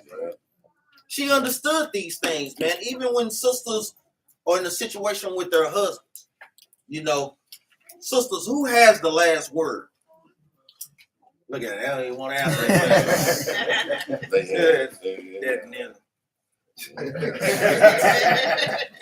Sisters, who has the last word? Husband. The husband. Yes, we know that, brother. But in this context, like we said, the husband, like we say, whether you agree with the decision or not, it's still what? His decision. You have to live with that. Guess what? You should have better proved the Negro then. That's the point. Because you can't change a brother, man. Stop thinking y'all can change men.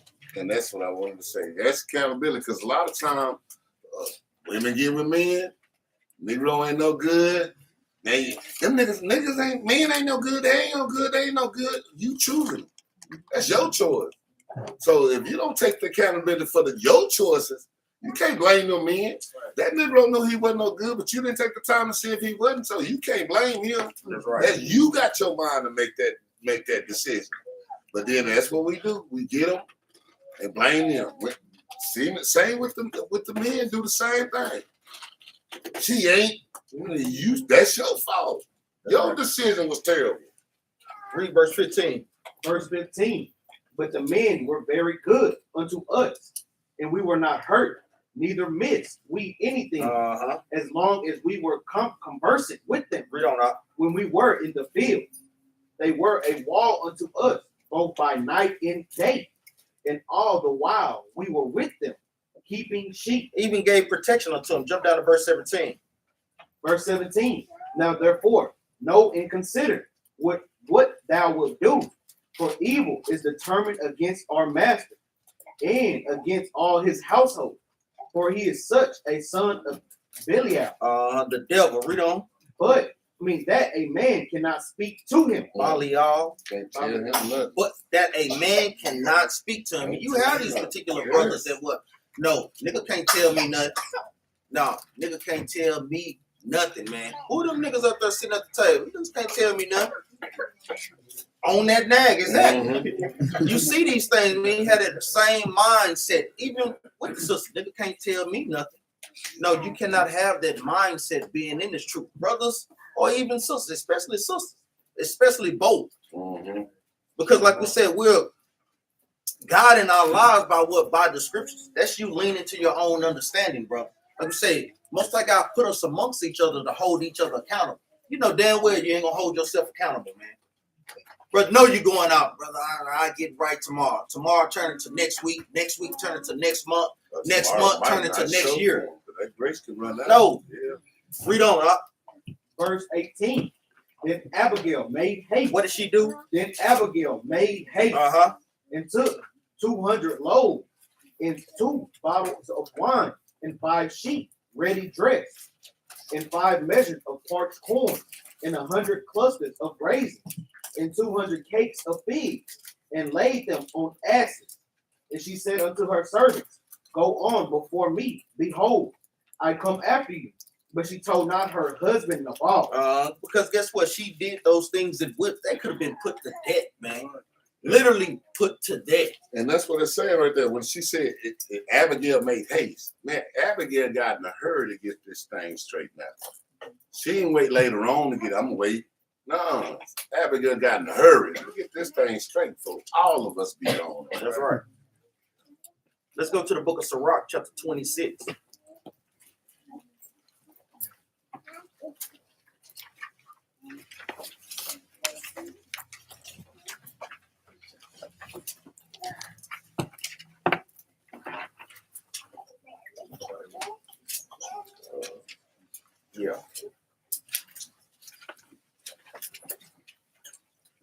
The book of Sirach, chapter 26, verse 1.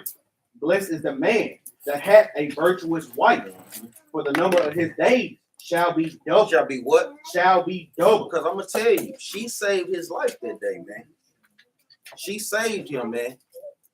These are the type of characteristics that sisters need to be trying to apply to their lives, knowing when to say something and when to hold their peace. And we know, sister, it comes with a lot of practicing, for lack of better words, practicing and patience. Even with, like we say, even with the husbands, like we say, having patience with the sisters. But it doesn't mean that we're not going to play. Like I say, you want to make sure that you're showing a pattern of good works. That's the point, being better than you were the day before. You know, this applies to single sisters as well, man, trying to get to that particular level, man. You don't think even with single brothers, they see these things. It's not the loudest one in the building. Because even like John Lucas said, the loudest one in the building is what? Is the weakest one, man. It's the weakest one. You're looking for that sister that's silent. Hey, keeping the commandments. Those are the qualities that brothers look at, man. Read on up. A virtuous woman rejoices her husband, and he shall fulfill the years of his life in peace. And that's ultimately what brothers want. And sisters should want those things too. We don't have those things when people don't know their roles. Read on up. A good wife is a good portion. Read that again. A good wife is a good portion, which shall be given in the portion of them that fear the Lord. Because let's go back to 1 Samuel.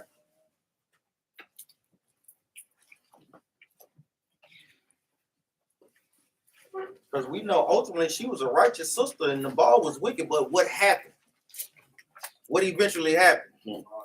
He died, man, and she was dead. She was what? Given to David, man. Married to the king. Married to the king, boy, But I'm talking about, boy, that's a hell of an upgrade, boy. That's one thing about it is let you know, man, you get out of order, yeah, most high put you down. That Negro you hate, he'll be the dad of that family. But like I said, that's something we gotta hit too. I mean, that's telling us, man, get yourself together. I'm gonna tell you, it go for the man, but it also goes for who? For the sisters too. Exactly. It go for both sides, man. You got that Take wicked sister that just don't want to get in order. That wicked wife don't want to do nothing that her husband. Hey, sister can't be replaced, man. Hey, it go both ways, man. Who the hell is it? Who the hell? That's one thing I see a lot of times about how they had multiple wives. See, one thing when they had multiple wives, you couldn't get out of line. You go to, I got another one. You stay over there and be mad all you want. That same way, what her name did? Michael. But she wanna, all right, Negro, guess what then? You stay your butt over there by yourself for all this time. Well, it keeps you in line. When you're scared to lose something, you always prepared to keep it. So you always doing something. When you got comfortable and don't think nothing, I see that nigga ain't gonna leave. Do what you want to do until he leaves. Then you're like crying and mad. But I'm just saying, you gotta have something that keeps you going towards what you're supposed to be doing, which is the Bible. Cool. That's right. Let's go back to 1 Samuel chapter 25 and verse 22. Look at 1 Samuel chapter 25, verse 22. So and more also do God unto the enemies of David, if I leave of all that pertain to him by the morning light, any that pisses against the wall. So David gonna kill anybody and everybody that was pissing against the wall. All the men. All the men. Read on out, because we know what man is the one that pissed by the wall. That's right. Unless you just, hey, you got that masculine sister, she squat down in there. You seen that thing too. I know y'all been seeing that. Sister on the freeway. I'm like, sister. That's all I can say. Read on out. And when Abigail saw David, she hastened. She what? She hastened Read on out. and lighted off the edge. And she fell before David on her face and bowed herself to the ground. Read on. And he fell at his feet and said, upon me, my Lord, upon me, let this iniquity be. And let thine handmaid, I pray thee, and speak in thine audience, and hear the words of thine handmaid. So she's pleading the cause using what? Eloquent words. Read on up. Let not my Lord, I pray thee, regard this man of Belial, even Nabal. Because guess what? He was acting like the devil, man. He had a spirit on him. She knew that, man. Like I said, these are spirits that sisters must watch out from, even when proven brothers, man. You watching out for that spirit, seeing his mannerisms. That's why we say it's hard to prove people on the phone. You cannot do that. Long distance relationships, those things do not work, brothers and sisters. Because you have to be literally identifying that spirit constantly. Seeing that, guess what? They're lining up with the Bible. So I don't recommend that for brothers and sisters that with long distance relationships. Those things, no. You got to be seeing that spirit, man. Seeing what you're going to be dealing with, man. Because people put on the front, speak smooth words on the phone. Then in reality, they the devil.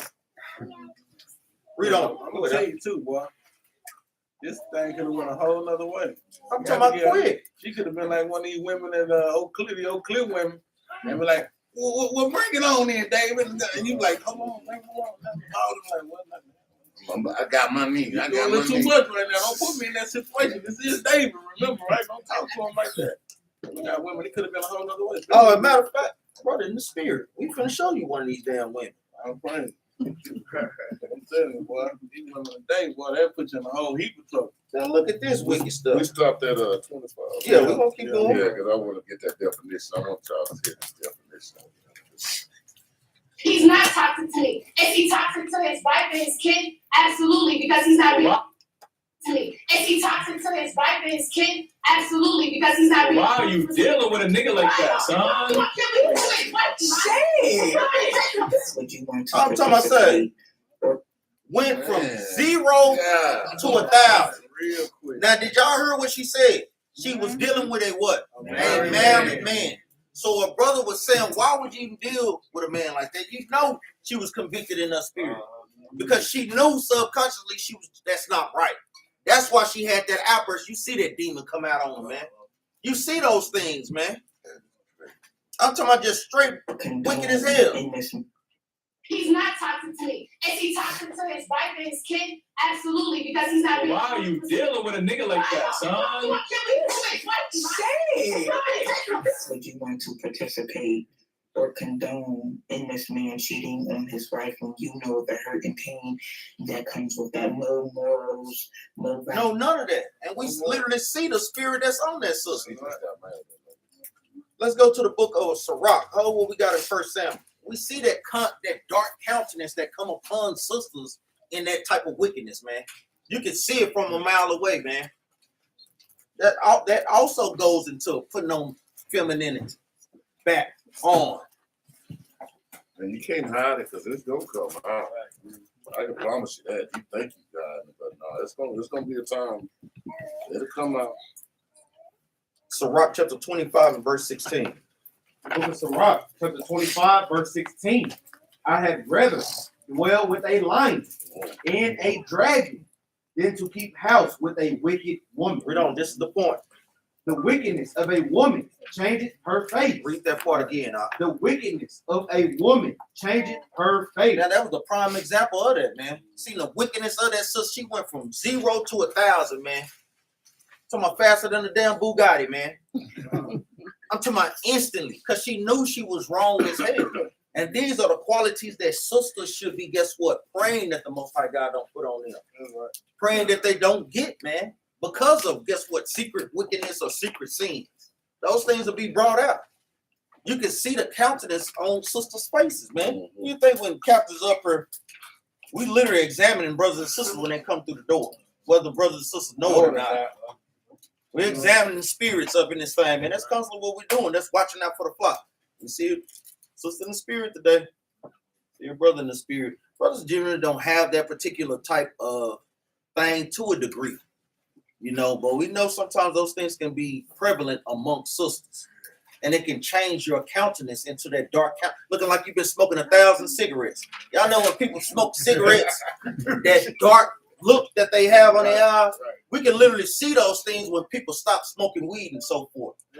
You know, even me going by one of my partner's funerals, Me and a little bit on like, God damn. We come up in there, I'm talking about everybody in there, damn. The grandma, papaws, too smoking weed. God damn. They looking at me like, Barrington. That's my slave name. Barrington. Yeah, I know it's white, the damn boy. Barrington, they look like, your face looks so, it's just, boy, you look good. Like, I don't smoke cigarettes, man. I don't smoke weed, I don't do none of those things. But then when I'm looking at them, I know my partner, Scooby, Paul partner, he was younger than us. Man, this dude look like he about 50-some years old. I'm talking about look old as hell.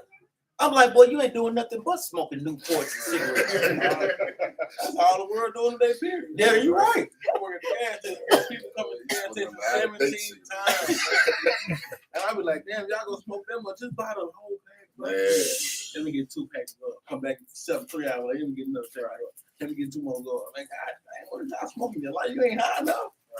I mean, come on, for real, man. We did. I ain't, so I look back and like I just see like the word like grannies is smoking with nephew when they get together. Like we didn't used to. I'm telling you, man, the whole world is upside down. Man. We had some moral of respect, but we're losing all that. That's You right. see that even with the class today with the women, they have no morality anymore, man. No kind of respect for themselves. Man. Women don't have respect for themselves anymore, man. That's a problem. Read verse 17 again. Book of Sirach, chapter 25, verse 17. The wickedness of a woman changes her face and darkening her countenance. So guess what? She can be the most beautiful sister on the outside, but that spirit that you have on the inside, if it's ugly, it's gonna show through. It's gonna show through, brothers and sisters, man. And that's the thing, man. Be guided by the Holy Spirit. Be guided by the Bible. Be guided by the instructions. Don't be guided by your emotions, man. That's right. Because your emotions, man, that's why we tell people. And everybody be talking about, God be worried about that. No, he shouldn't. Because emotions change. I done did that before. I've been mad in the morning. I'm happy in the afternoon. Is God supposed to change every time you change your emotion? No. Don't be guided by them, man. We can feel some kind of way. Sometimes we wake up feeling bad and don't even know why we feel like that. This I feel, man. I done got up before and nobody better not say nothing to me ever. I don't know why, but don't say nothing. Then come back tomorrow, pass and I can. Read verse 21. Jump down to 21. This is for brothers, man. Read this out. Verse 21. What's going on? What's going on with you sisters? Everybody turn the phone. Everybody, hey, give me a basket. Just collecting phones, man. Read verse 21. Stumble not at the beauty of a woman. Because guess what? That can be deceitful, man. Don't stumble at the beauty of a woman. You want to be examining her on the outside as well as what on the inside, more important. You know what I'm saying? Read on. And for pleasure. And don't just desire her sexually. You know, yes, that's a big part of it. You know, we'll touch on that. You know, but the main thing is you're examining a sister's spirit because, hey, for one, you want to examine her because sister's wearing so much damn makeup, she may not even look like that in the morning. You have to watch those things as well. Even like what Captain Yar was saying, you want to look at a sister's natural beauty. It's not a sin to wear makeup. But I'm going to tell you, boy, that thing is highly damn close. When you waking up looking like a total different person, man, that thing, hey, that goes into that level of witchcraft, man. Right. Like your job is in regular the circus, man. Oh, someone wake up there like their job is at the circus, man. That's not the first beauty. Like, it's not the first beauty, man. We don't need that. I had let's go quick. Man, when I was playing basketball, I remember this one of the most beautiful girls at our school and around, man. I noticed she used to be with the top football star, you know what I'm saying? And the track star. But she skipped basketball season. I don't know why, you know what I'm saying? I'm like, wait a minute, my turn. It's a basketball season. So, but then the thing about it is, so after a while, I finally got with this woman, you know what I'm saying? She dropped dead gorgeous. Boy, and I don't know why I didn't check her out. I didn't think about it all the other time. Like I know she knows, like I said, she was changing season. And guess what, boy? I got with her, boy. I thought I was, man, you couldn't tell me nothing, boy. I guess my season was over. She dumped me like it was nothing. Like, all right, I'm done. I was like, wait a minute, hold on. But like you said, don't go by a woman just because of her confidence, because she's beautiful. That don't mean nothing. Man. That's right. Mess around and be by yourself quick. And it go the same way even for sisters. You know what I'm saying? I know sisters may desire a handsome built brother, you know, but you have to look and examine that brother on the outside as well, especially on the inside, man.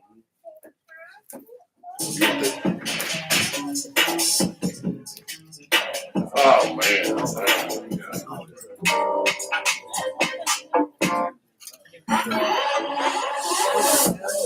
I'm trying to look like a brother though. You're right.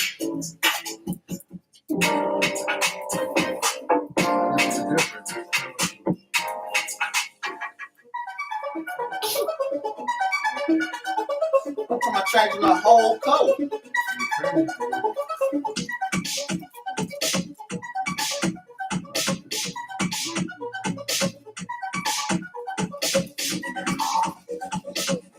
That is.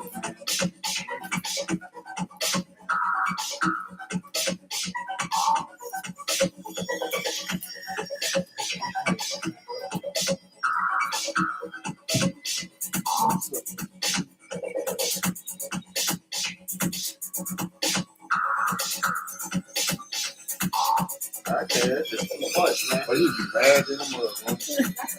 God. I'm talking about the what's this say, the contour of the nose? What the hell is that? That's not your nose.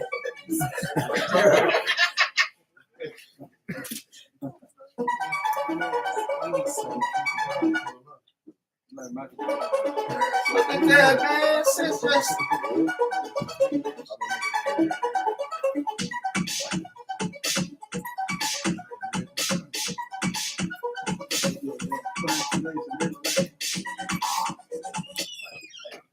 Boy, man, sister, that is not your face, man.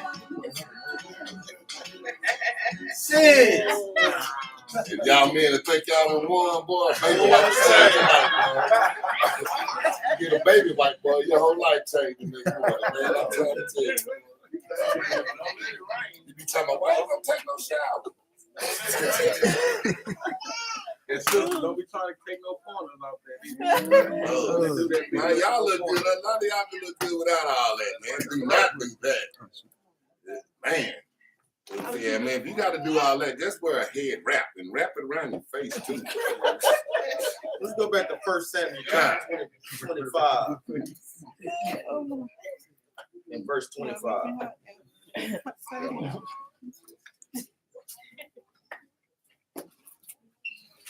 1 Samuel 25 and 25.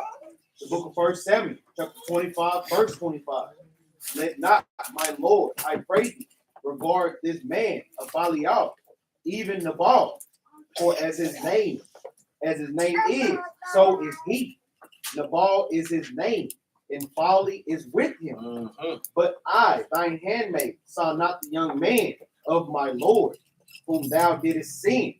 Let me Go ahead. Yeah, let me give y'all the definition of his name. That's He's like that's his name. He's just like his name. Nabal. This is in Hebrew too. A churlish, and this is in the dictionary. And niggardly man. For real. Acting like a nigga. Yeah, this the Pookie and Ray Ray. This is back in the day. He was just a niggerish man. That's why he was doing that with David. He was straight. For real, had no love for his brother, stingy. No sincere love for his own people. Read verse 26 again. And got the most beautiful wife and the most loving wife. 26 again. 26. Now therefore, my Lord, as the Lord liveth, and as thy soul liveth, seeing the Lord hath withholden thee from coming to shed blood, and from avenging thyself with thine own hand. Now let thine enemies and they that seek evil to my Lord be as Nabal. So she did what? She used words of wisdom to guess what? Stop her and her husband from being slaughtered by King David, man. You know, this is some of the wisdoms that sisters should be, guess what, applying to their life. You know, understanding discretion. When is your place? When is your time? Every time it's not the season to be saying something, even if you may be right. Pull a brother or sister to the side and deal with those things according to the scriptures, according to discretion, man. Let's go back. I know we go all these precepts just to get a good understanding of Titus 2 and 3. And one thing she did do, even she knew her husband wasn't no good. She spoke about it a few times, talking about how bad he was. And he just like his name, he ain't no but a nigga. That's right. But one thing she still did, she still was trying to save his life. That's right. She still was loyal to her husband, even though she knew he ain't no She good. still followed her role. Exactly. You know, and that's something that sisters also can learn about. Like we say, when things are not in your favor, or you may be right. So what should sisters do? What? Stay. Well, in the context, like we say, stay within your role. You know, you can pray also. You know, prayer is good that the Most High God put it on His spirit to see that. But the thing is, you still want to do what you're supposed to do. Don't let that situation cause you to be out of the spirit, because the Most High God is going to keep doing those things till you check that spirit in you. And we go through things all the time. We just don't, just get out of the spirit because of those things. You know, that's literally what He's preparing us for. Let's go back to Titus chapter 2 and verse 4, 5. Thanks, God. The book of Titus, chapter 2, verse 5. To be discreet. Knowing when the time, Miriam. Hey, not giving your goodies up to everybody, man. That's something that sisters, must apply. I know sometimes sisters may deal with lust just like men do. But like we say, the Bible is very strict on these things. Let's go to 1 Corinthians chapter 7.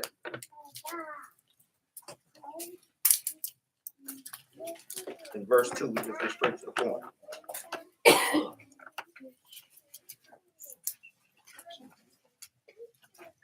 Book of 1 Corinthians, chapter 7, verse 2.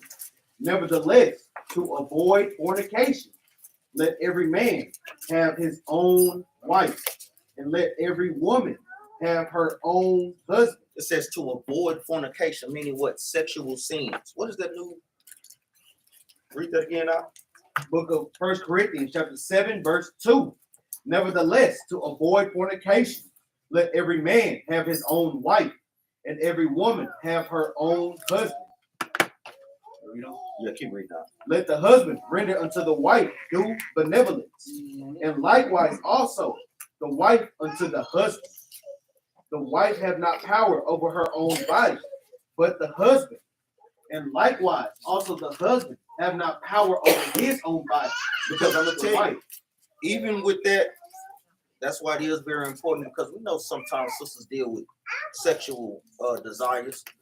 A lot of times those things can take sisters off even into masturbation with sisters, or using it.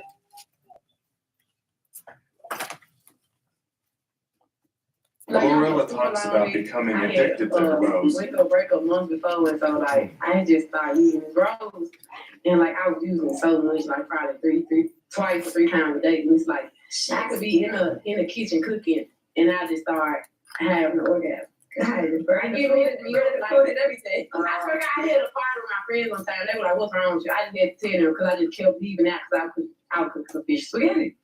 And so I just kept going in the bathroom, and they're like, "What's wrong with you?" It's like I had to take a shower. I just kept doing it, and I'm like, "Okay, I just can't use it like this because it can really look like this, right?" Yeah, like it's just addictive like that. Like I don't have it. So I know even with sisters, what she just said, whatever the hell this damn rose thing is, I done heard that about 3 times.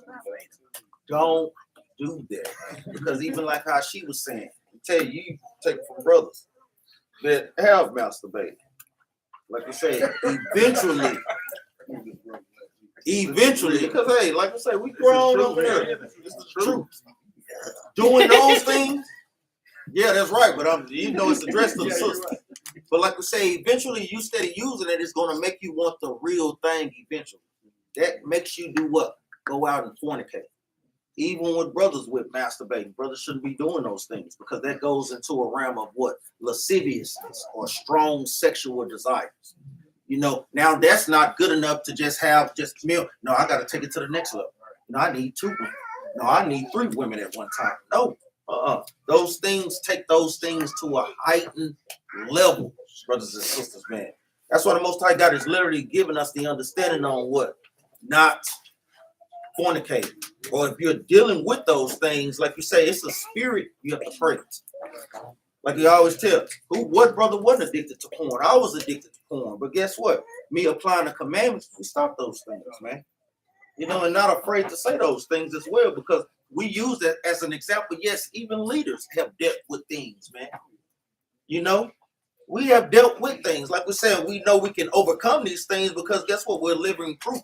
Now we see those things, you know, brothers be disgusted because we know what it leads to, especially amongst our people, man.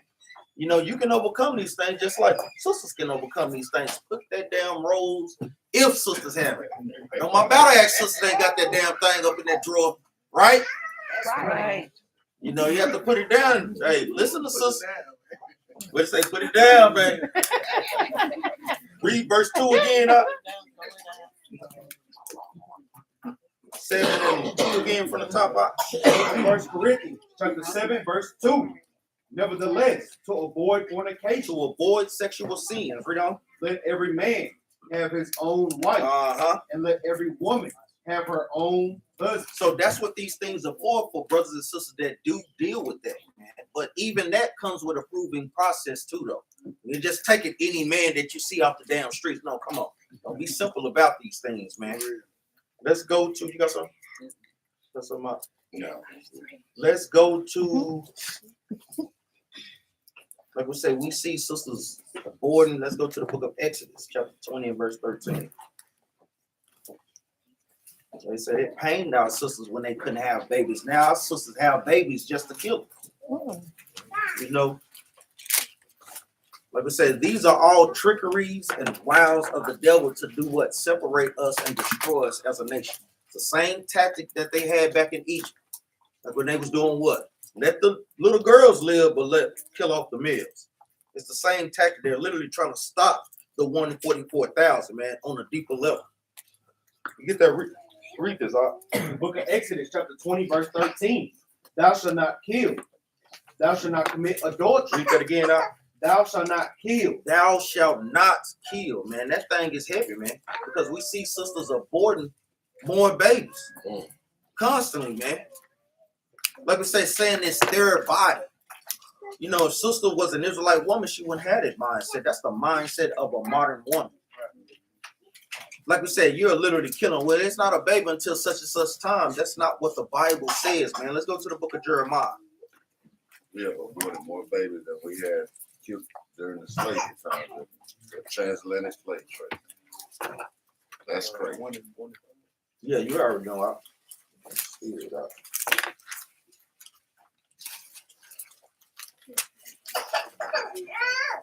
could have took this country over. Boy, we really could have. Jeremiah chapter 1 and verse 5. Because they say it ain't a baby until such and such time. Let's see what the Most High God says. Read this out. The book of Jeremiah, chapter 1, verse 5. Before I formed thee in the belly, I knew thee. So before the Most High God, before you put that sperm in there, guess what? The Most High God knew us, man. That's on a higher level. Read on up. And before thou camest forth out of the womb, I sanctified thee. He did what? Up? I sanctified thee. Read on up. And I ordained thee a prophet unto the nation. So the Most High God had already formed us, and they'll take that and then what? Destroy it and kill it. You know, that's totally going off, man. Totally going off. Like I said, that's the destruction of our own nation, man. Like I said, we had sisters that, guess what? Prayed that they could have children. How many sisters were barren that couldn't have children, that desired to have children, man? And now to seeing their sisters today, man, they'll be rolling over in their graves, man. Give me Genesis chapter 30 and verse 1.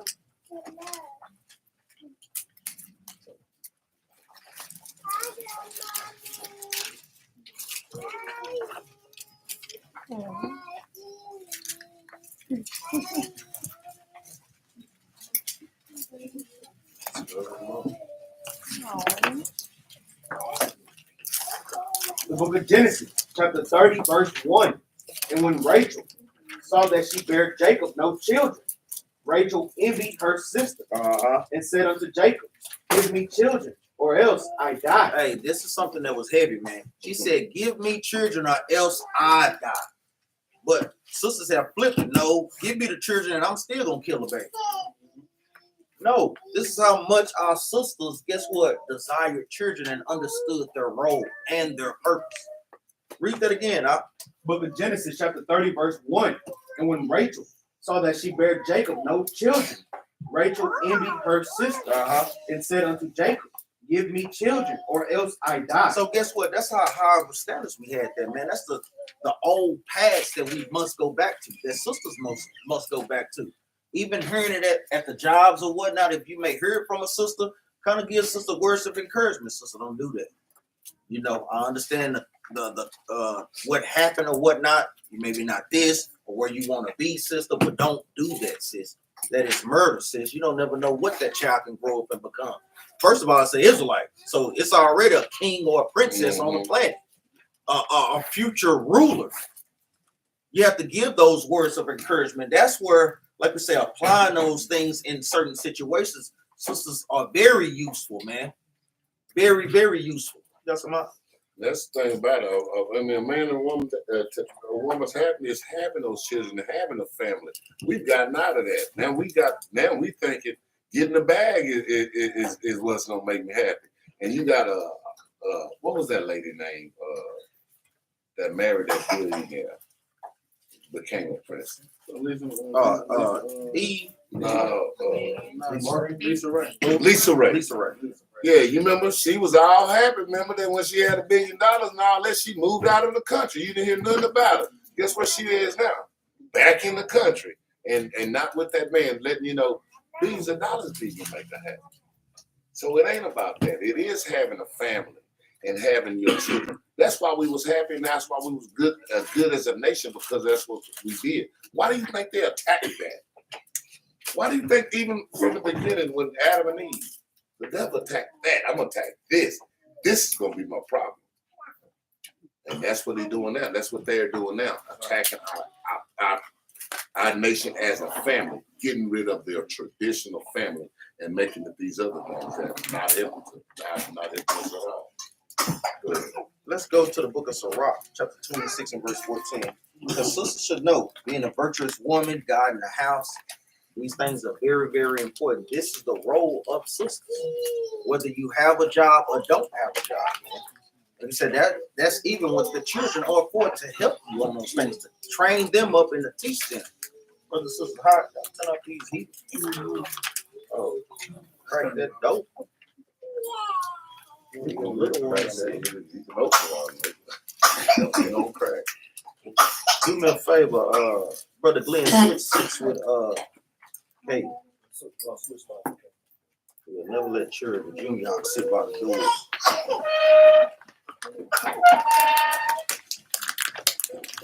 Let me say, sisters understand the scriptures.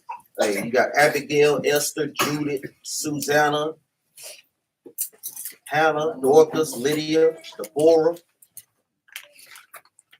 Those should be some of these should be the women y'all look up to and want to be like. Instead, because y'all say it's women, we know it's women in the Bible, but we don't never want to try to strive to be like. But boy, we like to be like all these other ones. I'm gonna try to be like Vivica Fox. I don't know why, but stuff like that. No, these are the women who you want to see. Look at the example that will give you the greatest example to being a wife. That's right. To being a good woman. To being women that's running your household in a proper manner. Because a man will let you run that household if you do it just that, you're doing it in a proper manner. Let's go to Sirach chapter 26 and verse 14. The book of Sirach, chapter 26, verse 14. A silent and loving woman is a gift of the Lord. And there is nothing so much worth as a mind well instructed. That's what brothers, I'm gonna tell you, that's what brothers, secret, understanding your husbands, they love a mind that's well instructed. They want to be combative, take an understanding that he is giving you, because like you say, you the one proved him. You seen on how he was unless you didn't properly prove him. Now you have to deal with those things. Well, I don't like the way that he teach me. So you have to pray for patience on those things because you chose it. So you're going to have to deal with it. You know, you got to deal with it. That's who you chose. You didn't think about that. Think about the D was good, but you didn't think about the teaching being good. You know, now hey, you have to deal with those things. And even our foremother, what? Miriam, she had to deal with that thing. Let's get that. Numbers chapter 12. It says a silent and loving woman is a gift of the Lord. But like sisters being all loud, no. You know, we already got that stigma. Sisters already have that stigma. What? Loud black woman. Loud black woman and loud black Latina woman. No, these are the curses that guess what we're trying to put off, man.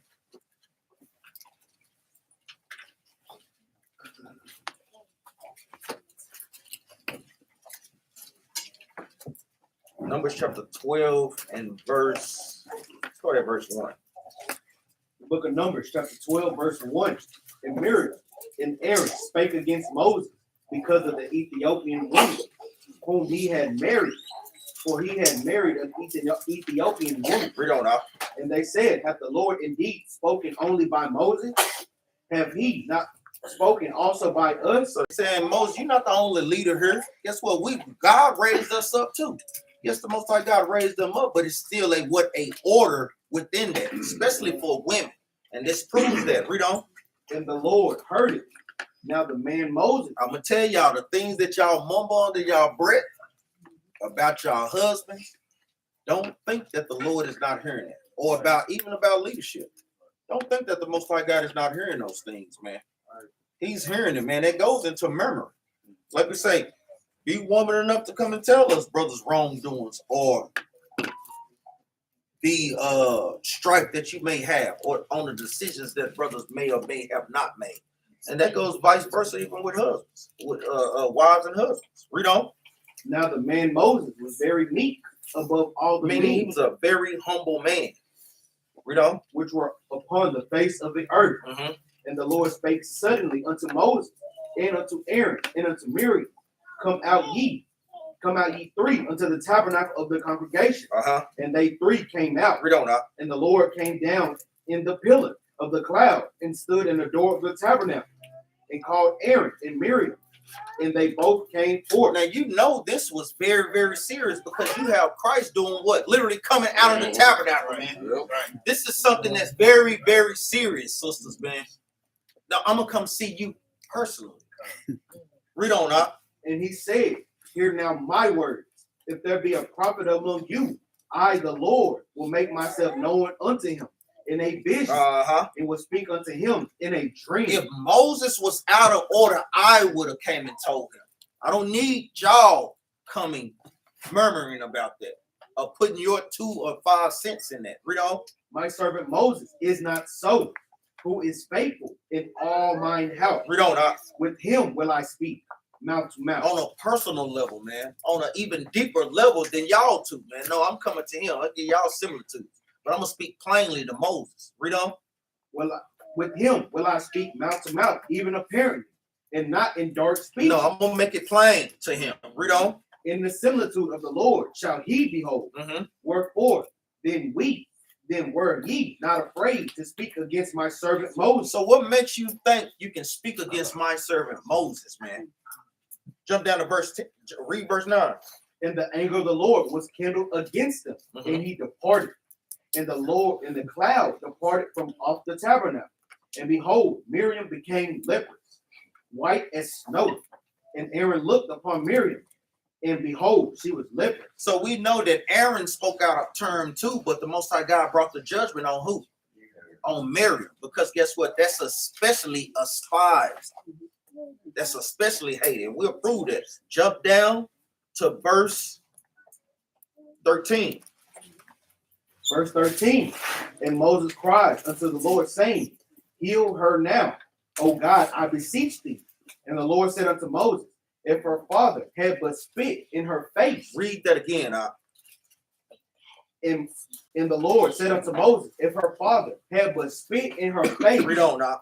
Should she not be ashamed 7 days? So Christ is giving a great example on how ashamed she should have been. Just imagine a sister speaking out of term and her father spit in her face. How bad would she feel? That's what Christ is comparing that to, with sisters speaking out of order, man. That's the level of that is. And I know a lot of times sisters don't even think that with that modern mindset. But that thing is, man. That thing is, that's why the Most High got to put a spirit on you that you cannot get away. You don't even understand. Yeah, you done spoke out of order. You done did this. Being disrespectful to your husband, to leadership. Like we said, these are just precursor to bigger things that we're literally practicing on these things. We can't get it right here. I mean, when we going to get it right? Like we say, it's going to be playing time and game time when Christ comes. And you know, Christ ain't going to play no games, man. Like we say, we give out little suspensions here and there. No, Christ is not. No, he's not giving out a suspension. Like we got to understand the gravity of this, man. Let's go to no, go ahead. Let's go to Esther, man. Say about Esther too, because she like Miriam, she didn't speak out of turn, right? Mordecai gave her some understanding of what she should do. And then another thing, the Lord used Esther. She was beautiful. Right, but he didn't use her for the beauty like the women today. They using their body to try to get away. The Most High used Esther for her beauty and for her what? Obedience, man. And the same nation. That's right, but it was her beauty and obedience. It wasn't just she got a nice body, she's nice to look upon, right? She was obedient to the things that because Mordecai was trying to let her know. Go read it. Let's go to Esther 4 and 13. Let me just go get down to it.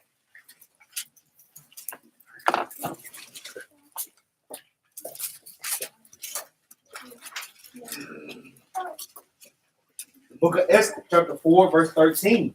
Then Mordecai commanded to answer Esther, think not with thyself that thou shalt escape in the king's house more than all the Jews. So Mordecai was trying to give Esther the understanding, look, your beauty and all that's still not going to get you to escape out of the king's hand. When they go hit us up, they will hit all of us up, right? Read out. For if thou altogether holdest thy peace at this time. And what? At this time, so, holdest thy peace. So Esther still hadn't revealed that she was what? An Israelite, right? So he said, if you hold your peace at this time, read on. Then shall their enlargement and deliverance arise to the Jews from another place. Because Esther could have went on her own accord and said, well, this been working, right? I ain't told them yet. It been working for us, right? They ain't killed us out here. Not just might make it out of this situation. But Mordecai is giving understanding, right? Read on. But thou in thy father's house shall be destroyed. And who knoweth whether thou art come to the kingdom for such a time as this. So Mordecai is giving her the understanding of what's going to prosper, what could happen, right? She could have taken two other ways, but her obedience in this form. Let's see what Esther said. Then Esther bade them return Mordecai this answer. And this is how our sisters need to be too, man. Read this. Go, gather together all the Jews that are present in Shushan, and fast ye for me. And do what? And fast ye for me. So she proclaimed the whole fast, we know. And neither eat nor drink 3 days, night or day. I also and my maidens will fast likewise. So the women will fast too, right? She will gather all the women that do this plan. Read on. And so will I go in unto the king, which is not according to the law. And if I perish, I perish. So man, that's man, sister, man. These women today, man, they ain't trying to do nothing for the nation, man. Even the sisters, man, see what Esther said, man, if I perish, I just perish, man. But I'm gonna do what it takes for the nation. That's right. Women gotta get back in order. That's what it's gonna take for the nation. Yeah. Women gotta start being obedient to the husband, man. That's what it's gonna take for the nation, man. And guess what? Like I said, I always say this. If that man out of order, let the Most High God deal with him, but you stay your butt in order. That's right. And if you perish, you just perish. But you know you perish what? In the Lord, in the law. That's right. And ain't nothing they can do. And women, y'all can fuss and all that. Believe me, you can go cheat on them, do whatever. You ain't gonna get him back like the Most High gonna get him back. So you might as well let the Most High take care of whatever the business he got to take care of. But the best thing to do is stay out of that. You need to stay in your business, stay in your confinements with you and your husband. And the Most High, we got to deal with that. That's order, man. But how many of y'all ever been on a job and just go in there and they having a board meeting, you know, and you don't even, you ain't in corporate at all. You just go in there, open the door and sit down. You think they finna let you sit there? Oh, you got to get out of here. That's the thing about it. So don't go into the home and try to go into a board meeting with the man and his head, and I'm gonna sit down and I don't want that to go right. He's gonna kick you out too. And the thing is, even like I can spirit, because we're gonna go there. Let's go to the book, even talking about Esther, because she had that spirit of what, thinking about our nation, putting our nation even before itself. That's the type of spirit that sisters must have too, that unselfish type spirit. Let's go to the book of Philippians, chapter 2 and verse, start at verse 2.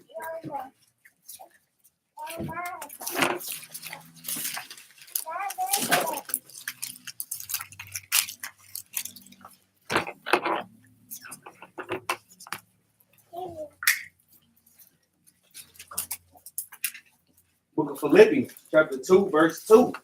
Fulfill ye my joy, that ye be like-minded. That you be what? That ye be like-minded. Sisters have that mindset. We all should have that mindset on what?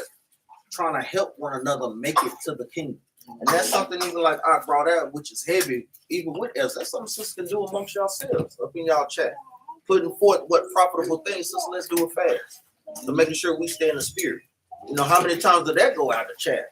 You know, that's real. Or just all about just kicking. You know, it's more. Of course, we have fun amongst each other, but you want to make sure that you're doing what, having a spiritual good time more than a carnal good time. And I know you're all about big. No, Let's do it fast, man. Let's read some scriptures. Let's do this. You know, we see these things, and like we say, the people that hey. Can't shake them spirits, man. Can't shake them. Read on, Fulfill ye my joy, that ye be like-minded, having the same love, being of one accord, of one mind. Read on, Let nothing be done through strife. Read on. Or vain glory. So you don't want to be those sisters that you're doing things through strife or vain glory or through contention. You want to do it because guess what? The Most High God is literally putting it on your spirit to do it. Read on. But in lowliness of mind, let each esteem other better than themselves. And that's something that sisters do. We know sisters love to tear one another down, man. You know, we see that a lot, man. Not just in the word, we see in the truth as well, man. Tear a sister down, man. Let me say, why not try building each other up? Let me say, practicing on your strengths and your weaknesses. Because each one of y'all have. We all have them, man. You know, a sister that's strong in this area, why not reach out to that sister to get help? These are things that sisters must be thinking about. Read on, Look not unto every man on his own thing. Read that part again, because this is the type of spirit that Esther had. Read that again, Look not every man on his own things, but every man also on the things of others. Hey, not just putting yourself first, but you putting the nation first, man. These are qualities that brothers should be looking for in sisters, man, because you know if she has that quality, you know she's putting you first, man. She knows the order, man. Let's go back to Sirach chapter 26, verse 14.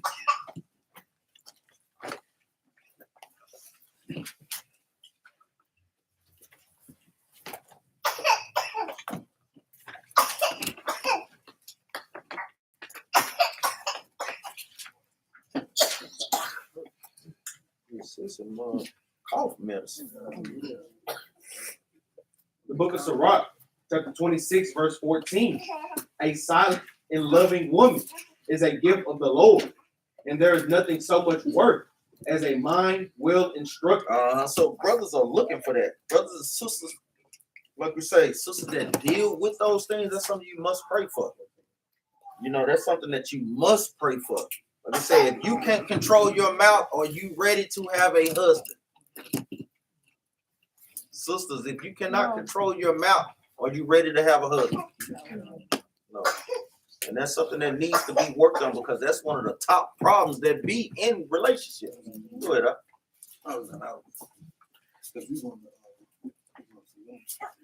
Yeah. That's the thing. If you're single and you want to get married, which is what a young woman's supposed to be doing, but you need to be preparing yourself to be a wife.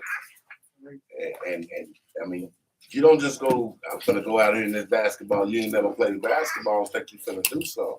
You need to practice of being a wife. That's right. And just not just, I want to get married. Yeah, but shoot, you got to be a wife first, because that's what a marriage is. Once you get married, that title you got now is called wife. It's duties to that. You can't just I'm gonna learn it when I get there. No, that ain't how you do it. Right? Give me Proverbs chapter 7 and verse 1. So we say the modern women, they have these characteristics: that loud, contentious, you know, want to run the streets, can't be told nothing. So like I said, the Israelite sisters, they're quiet, knowing when their time is.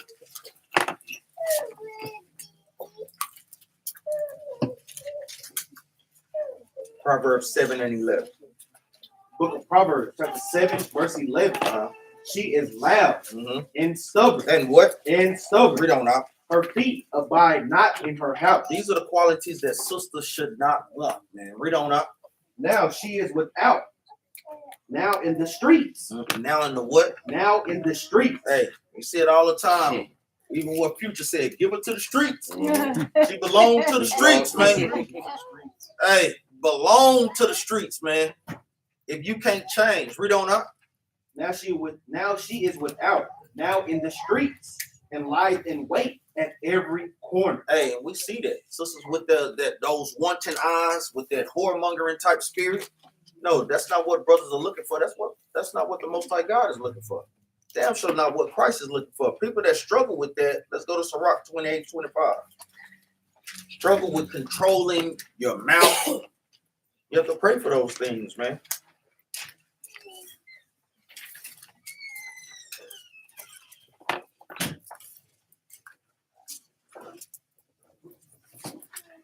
Sirach, what did I say? Sirach 28 and verse 25.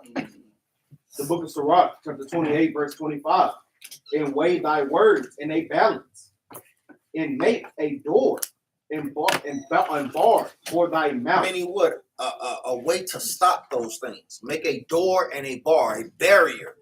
These are the things that you want to pray for. Pray that the Most High God keep your mouth in check, especially when dealing with your husband. When he's telling you to do something, you don't want to do it. It's the same way on how you feel when you tell your children to do something and they don't do it. You know, it's the same thing. You get mad at them, how you think your husband feels. You know, read on up. Beware, thou slide not by. It says, beware, thou slide not by. Don't slide by with your tongue. You know, not being able to check your spirit or check your conversation. Read on up. Lest thou fall before him that lieth in wait. Hey, because the adversary, the devil, he's steady wrong. Because even by you being out of order, that a lot of times it leads to what? A bigger fight. Then a lot of times you can never get that spirit up out of that home, man. You constantly at battle with one another. Give me Psalms 141 and verse 3.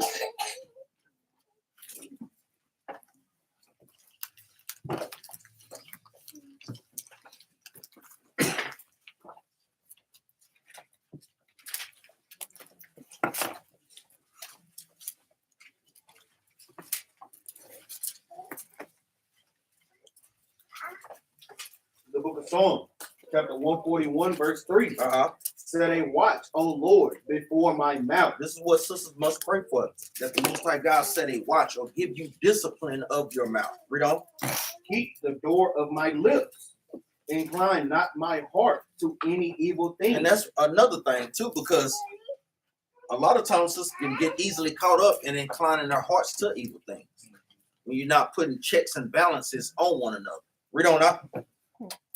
To practice wicked works. To do what up? To practice wicked works. Read on up. With men that work iniquity. With men that work iniquity, man. Getting with, guess what?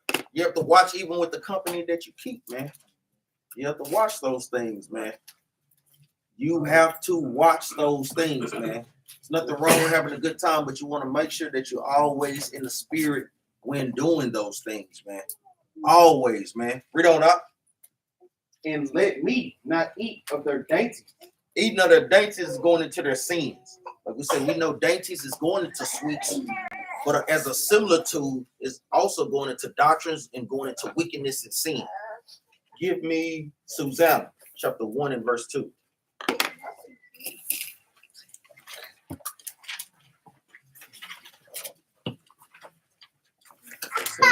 Susanna is a good read for sisters, man. I'm gonna tell you, before I go into this, I want to say this. If y'all ever wanted to see where staying on course and doing what you are told to do helps and prevails, Susanna's the perfect book.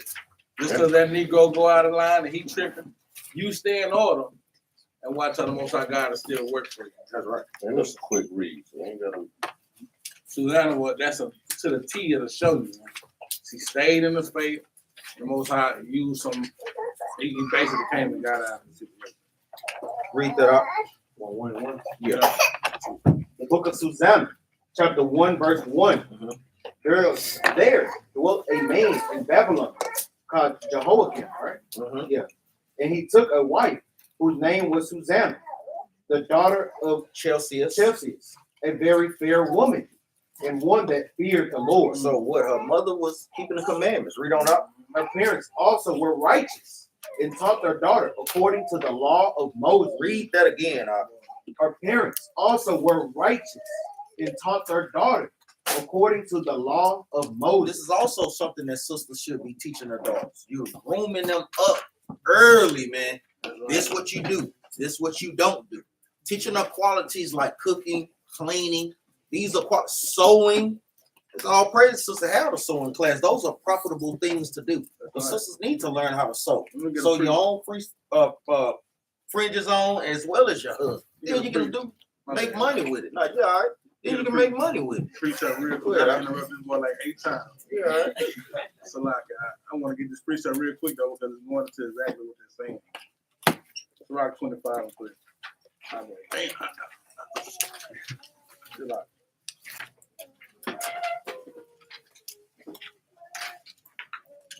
The book of Sirach, chapter 25, verse 3.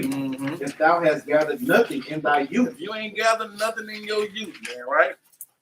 How canst thou find anything in thine age? How can you find anything in your age? It's harder for you, man, to start learning when you 20, 25, 30, 35. I'm gonna tell you, for instance, man, looking at these young brothers, man, in the congregation, man, with not as and sisters as well, with not as much worldly lust on them, man.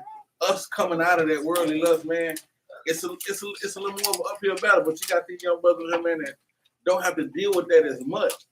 We went through our 20s and 30s, and we into the ages and stuff. But yeah, we went through all them years of all them lust, the worldly lust.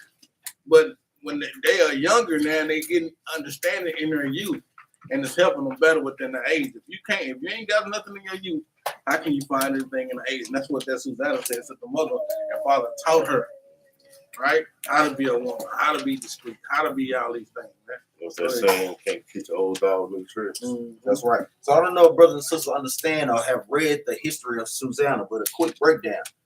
Susanna was a just sister, a very beautiful sister. And these two elder men was what? Wicked as hell, was lusting, was plotting to break the sister.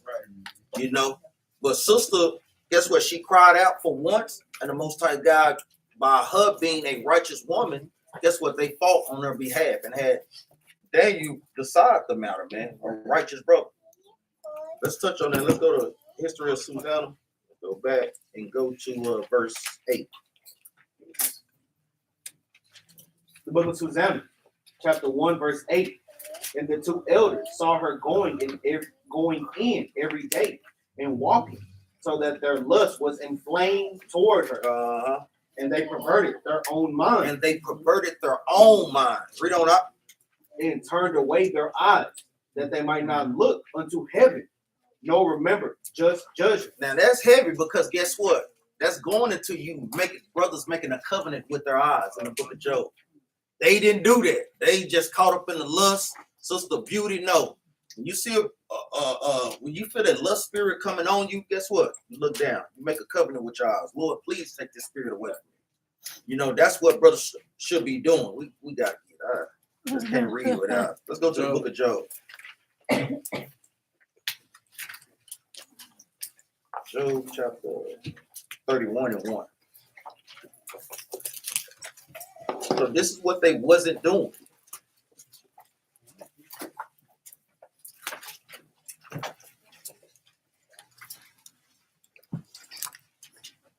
Book of Job, chapter 31, verse 1.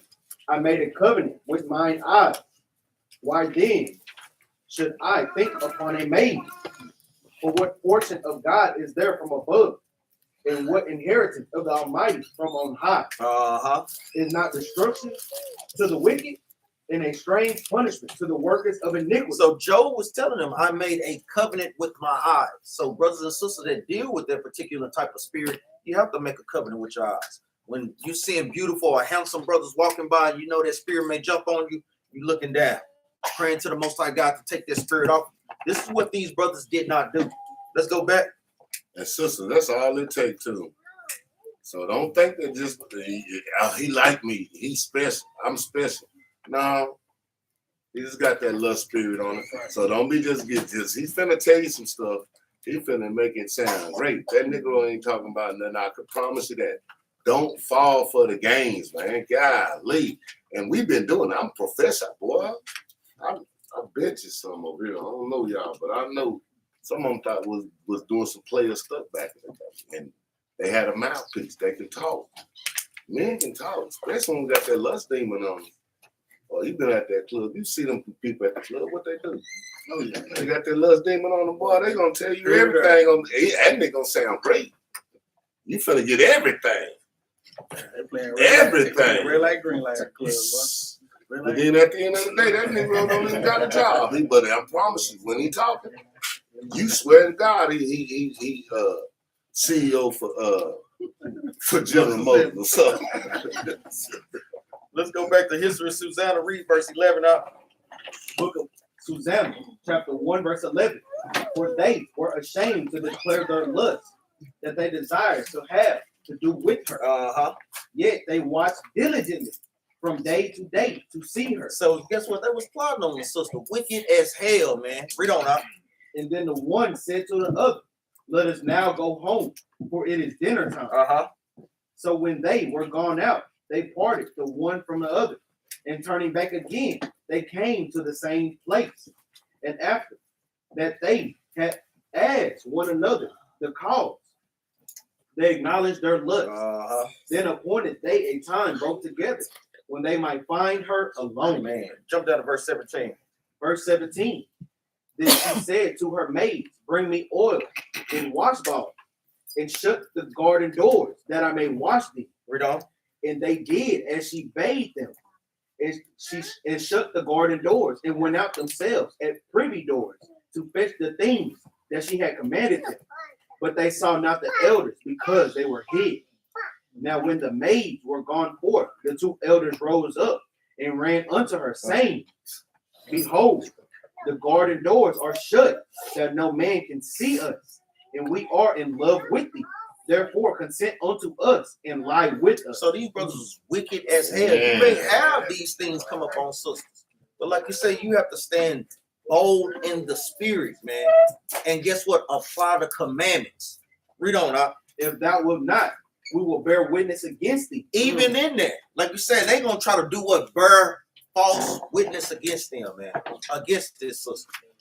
But like a lot of times, like I say, you know it, you being a sister, good name, knowing these reports, even though guess what, they should search out the matters. They knowing like, oh, this sister don't even get down like that, man. Stop playing, man. Read on up. If thou wilt not, we will bear witness against thee, that a young man was with thee. And therefore, if thou didst send away thy maids from thee. Read on. Then Susanna sighed and said, I am straight on every side.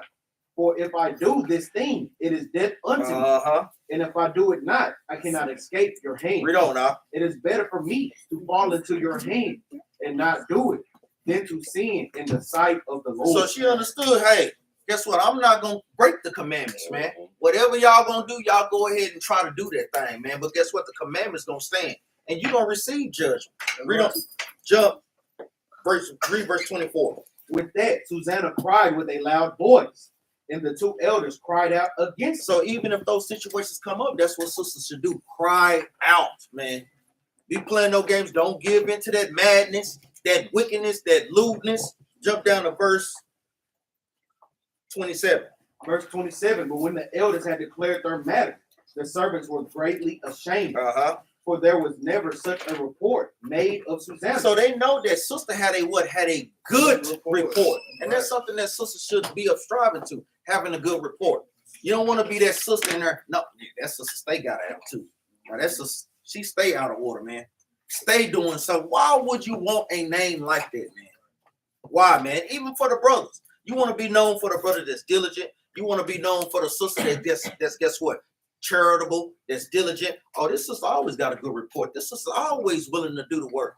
Now I don't know about that. So we passed that sister up. You don't never want to have those types of thoughts. Like, come on. We want to have everybody doing the work, man. But we know, hey, that can't be, and somebody got to be the example. You just don't want you to be that example, man. That's the whole point. You want to make sure that you have a good report in this walk. Give me Proverbs 22:1.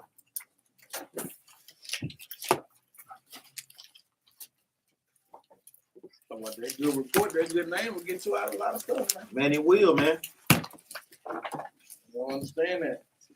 That's like even when you go to the court system, you got a good name, Right. You like less likely to get Is he known with it? No. Is he have any prior convictions in it? No. Then you got witnesses saying, hey, nah, they ain't like that. Proverbs, the book of Proverbs, chapter 22, verse 1. A good name is rather to be chosen than great riches. Read that again, A good name is rather to be chosen than great riches. And loving favor rather than silver and gold. So a good name can get you love and favor. You want to make sure that you care about your reputation. You got the sisters with that spirit. I don't give a damn. Yes, you do. Subconsciously, you do. But you know that ain't right. You know that thing ain't right. You know that makes you harder for brothers to even look at you, even if they not in the congregation. You don't think you ain't going to show that type of spirit once a while? If a brother is properly proving you, you see you when I see you. Hey, you don't want that stigma on you. You do not want that reputation, man. You just don't, man. Those things be hard to get away from, man. It does. Give me Judah chapter 8, verse 8.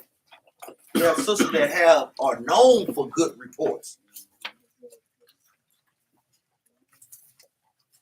These are the qualities, characteristics that sisters should get out of Judah and Susanna. Not having an ill name, having a good report. Wisdom and understanding from Abigail. Unselfishness from Esther.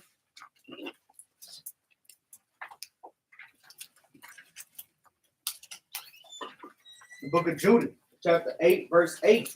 And there was none that gave her an ill word. Read that again, For there was none that gave her an ill word. So guess what? No one gave her an ill word, man. Meaning what? You couldn't speak bad about you. This sister known for doing the works. You know, known for guess what? Helping out brothers and sisters whenever they need. You know, known for having good attitude amongst brothers and sisters, man. Oh yeah, you can ask that sister for anything.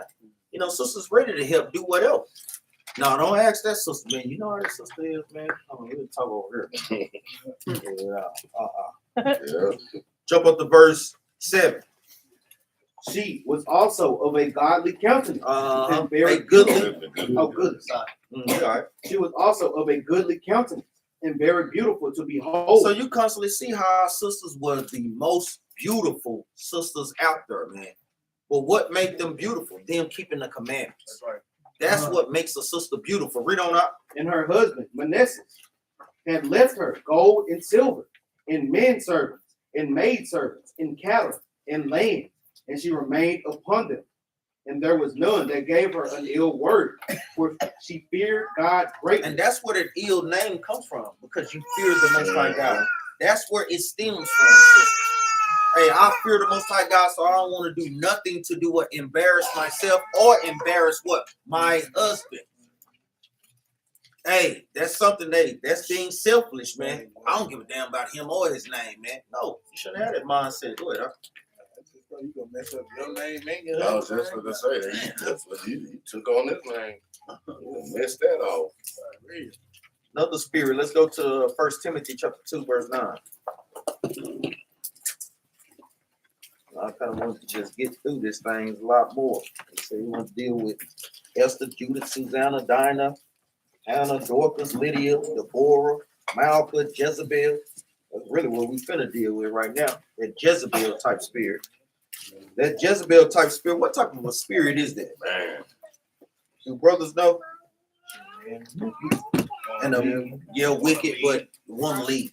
That spirit to want to assert authority over the man. You know, I know a lot of times now she had a whore spirit too when you read on how she made herself up to get That's attention. a small thing. Yeah, that is. The main thing is trying to assert authority. Yeah, she wanted to run everything. Let's go there. Let's go to the book of 1 Kings chapter 21 and verse 5. What did I say? Oh, Salaki. Let's go there. I'm all over the place. Let's go there.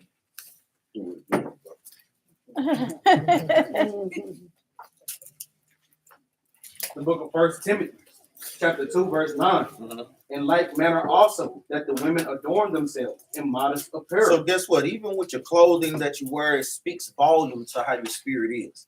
You know, sisters, even in the congregation, want to make sure that these dresses that sisters wear are not too short.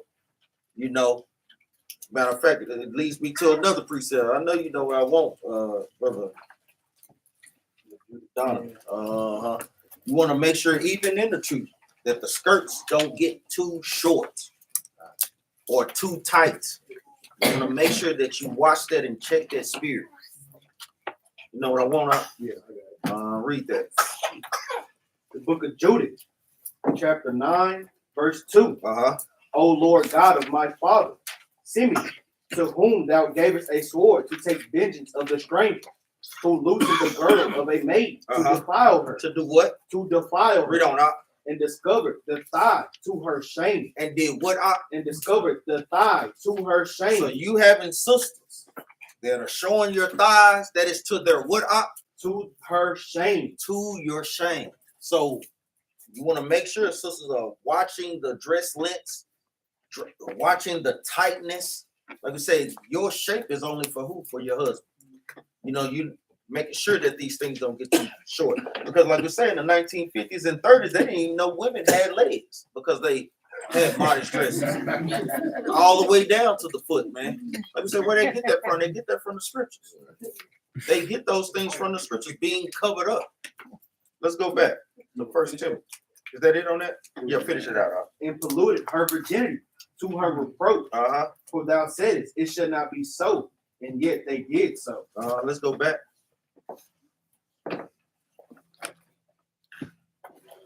Like I said, now they showing everything. They leave nothing to chance. Book of 1 Timothy, chapter 2, verse 9 from the top. In like manner also, that women adorn themselves in modest apparel with shamefacedness. Meaning what? You're not seeking out attention. A lot of times sisters go off because they want attention. You know, and they're getting those attentions in all the wrong places. And that causes sisters to go off, man. You want to be shamefaced, not seeking attention. Because guess what? A lot of times brothers looking for what? That quiet sister, man, that's laying back in the deck. You know, sister back there say, hey, she's handling her business, man. That's to be seen. You don't have to be loud to be seen. Read on up. And sobriety, not with broad hair. Sobriety is going into you being sober, spiritually and physically. Read on. Or gold, or pearl, or costly array. But with becoming women professing godliness. And it's not saying you cannot have those things, sisters, but you don't want to make that your vocal point. Right, that's gonna be the front one of your view. That's right. Read on. With good work. Let the women learn in silence, with all subjection. With all subjection. Read on up. But I suffer not a woman to teach, nor to assert authority over the man. Read on up. But to be in silence. And that's another thing sisters struggle with, asserting authority over the man. That's something sisters got to check in their spirit, man. Let's go to 1 Kings chapter 21 and verse 5. That's what we want to deal with. Asserting authority over the man. So we have a story with what? With Ahab and Naboth. Ahab coveted his brother's Naboth land so much. He wanted it bad. And he got in his feelings, but then you had this wicked sister. What nation was Jezebel? Do any brothers know? She was an African. She was a Hamite. Just like the spanking Africans, man. I hope she didn't have no ashy feet, though. I know she did. Read this. The book of 1 Kings, chapter 21, verse 5. But Jezebel, his wife, came to him and said unto him, why is thy spirit so sad that thou eatest no bread? So he was all in his feelings because he couldn't get Naboth's land. Read on.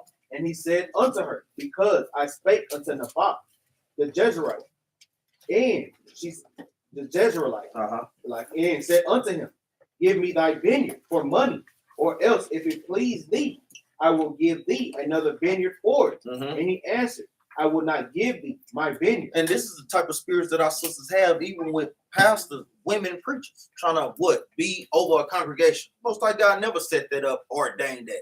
And that's in the New Testament on the scriptures that y'all love to read, like how we just read. But then they'll try to go outside the guidelines and guess what? Debate their cause on that. No, that's plain upon tables that sisters are not supposed to be women pastors over a congregation. All right. Read on out.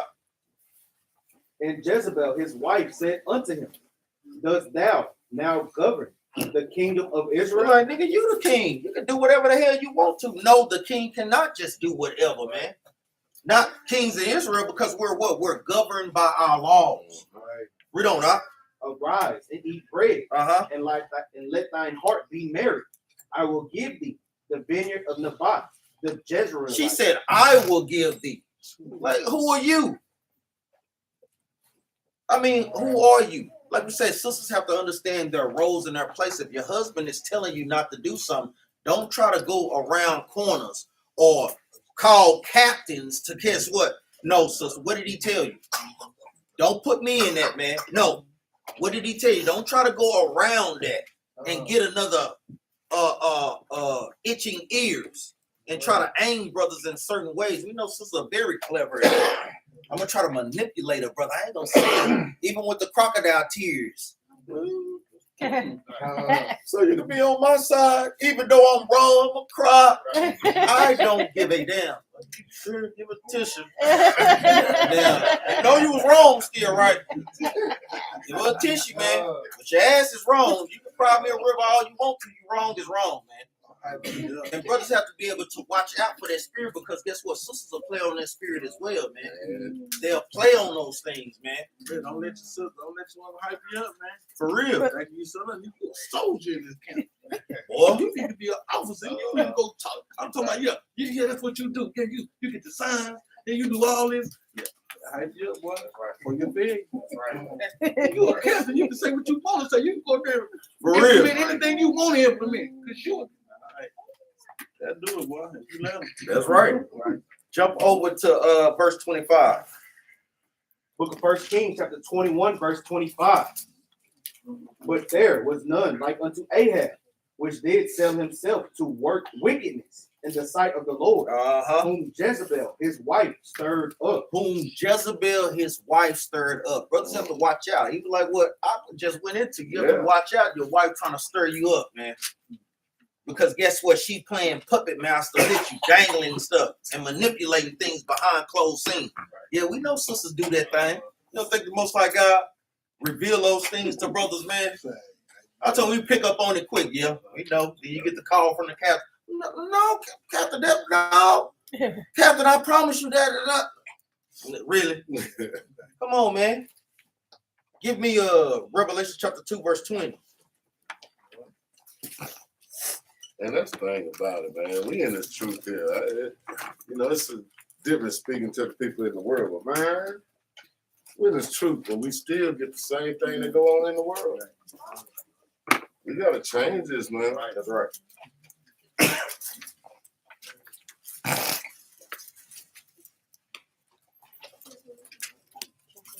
We get to read that out. Revelation chapter 2 and verse 20. The book of Revelation, chapter 2, verse 20.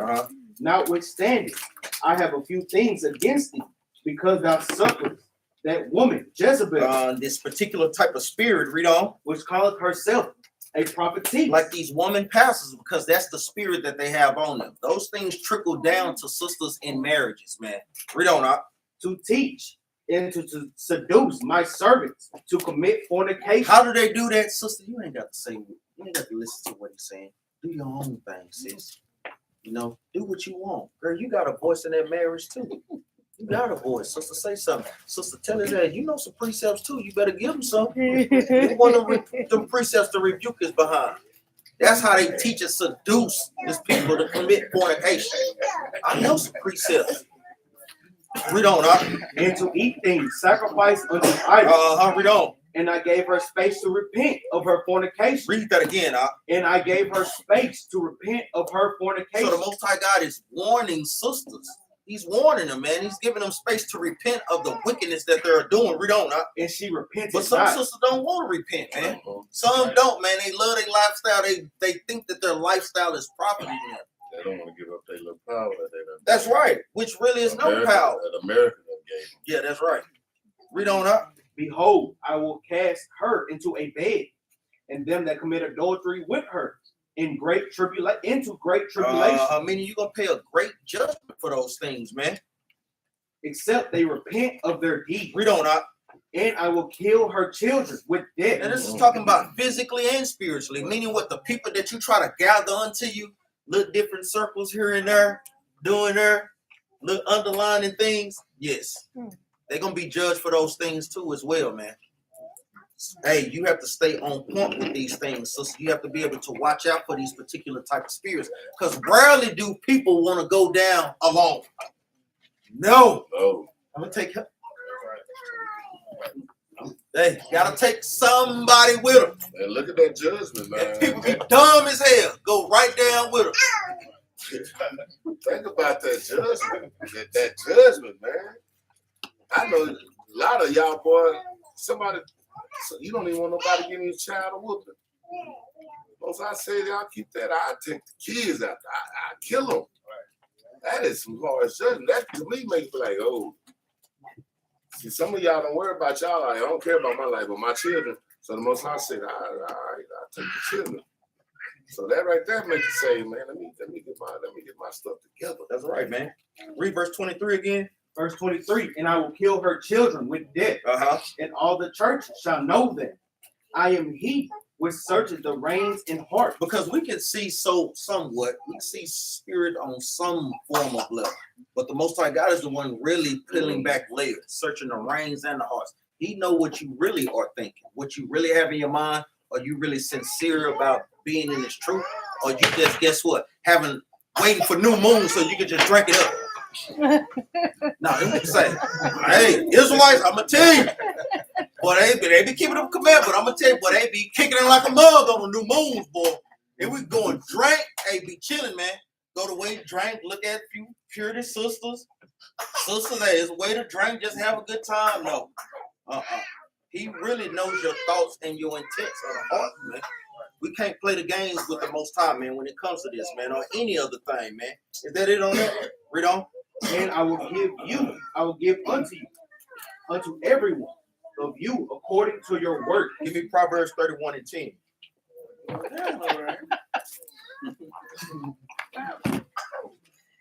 Someone going down, man. Battle Axes know how to kick it, man. So, brothers, so don't be kicking it too hard, man. Yeah, the book of Proverbs, chapter 31, verse 1. The words of King Lemuel.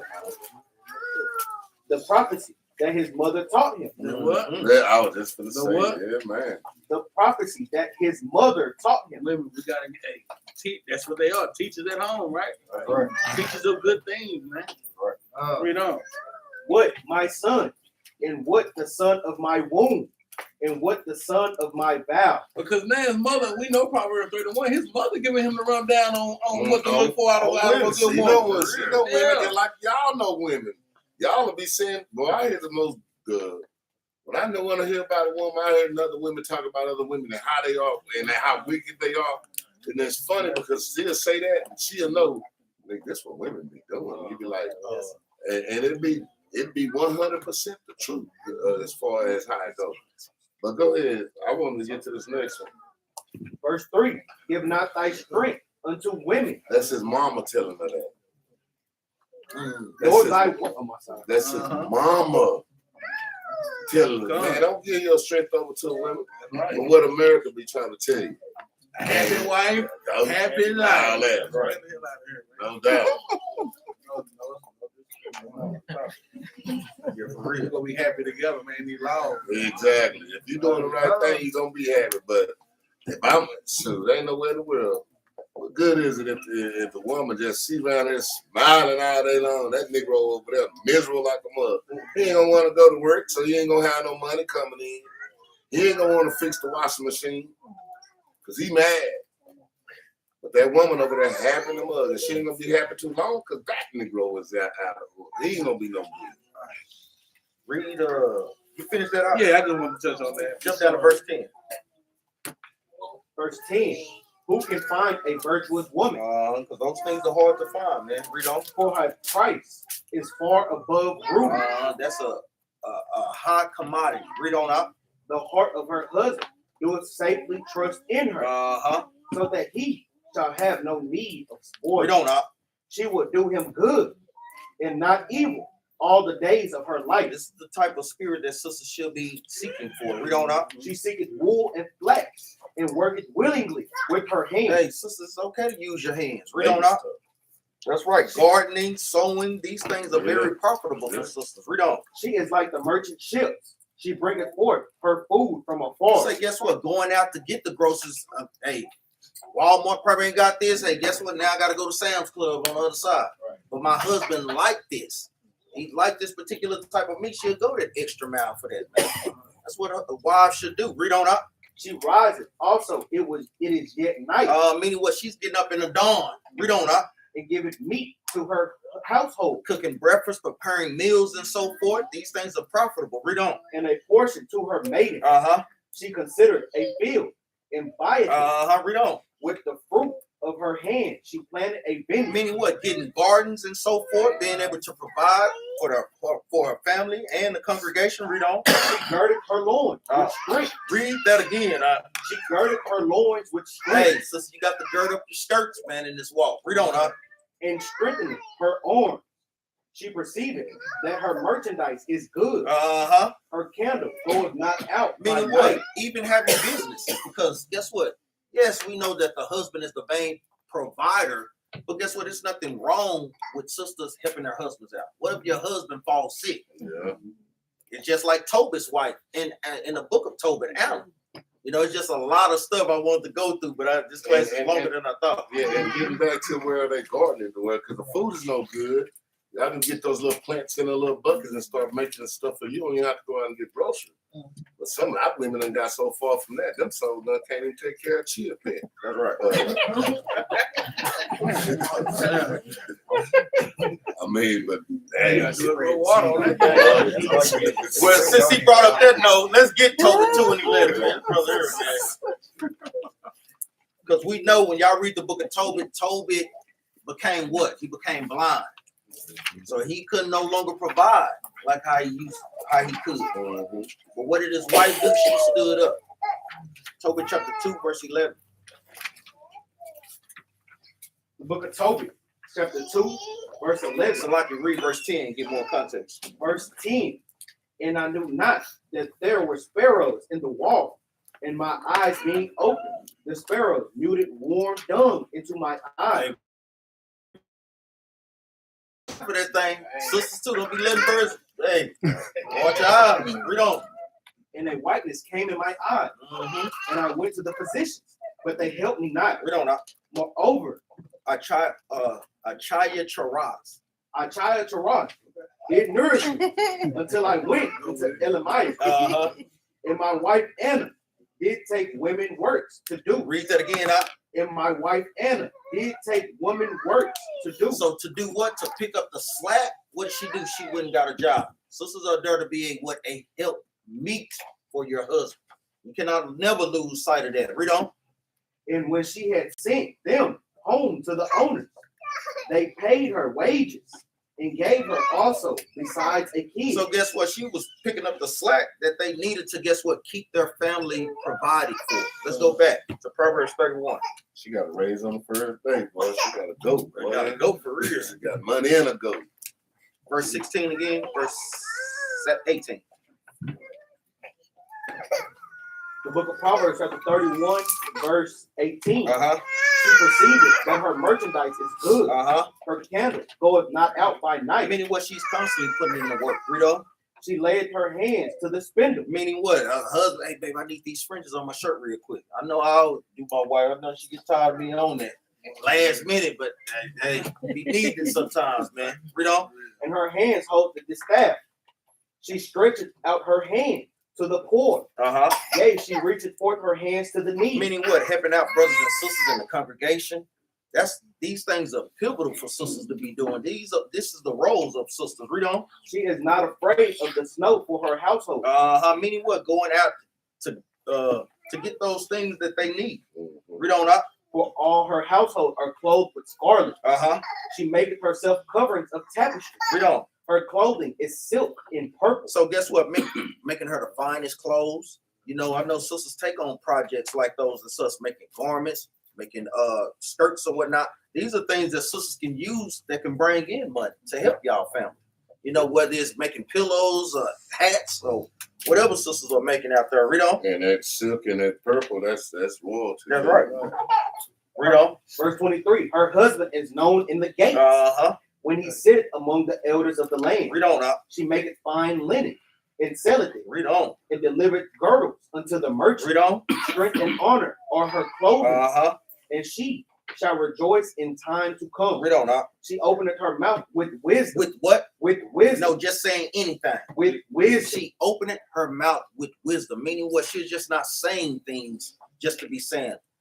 You know, read on up. One thing.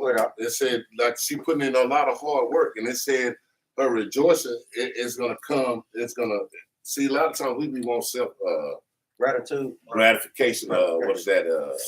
Like a microwave oven, you know, instant gratification. And the thing about that is, put in the work. Don't be worried about getting. That's like I want to get paid every time. You know, I pick this up. Let me get my $2.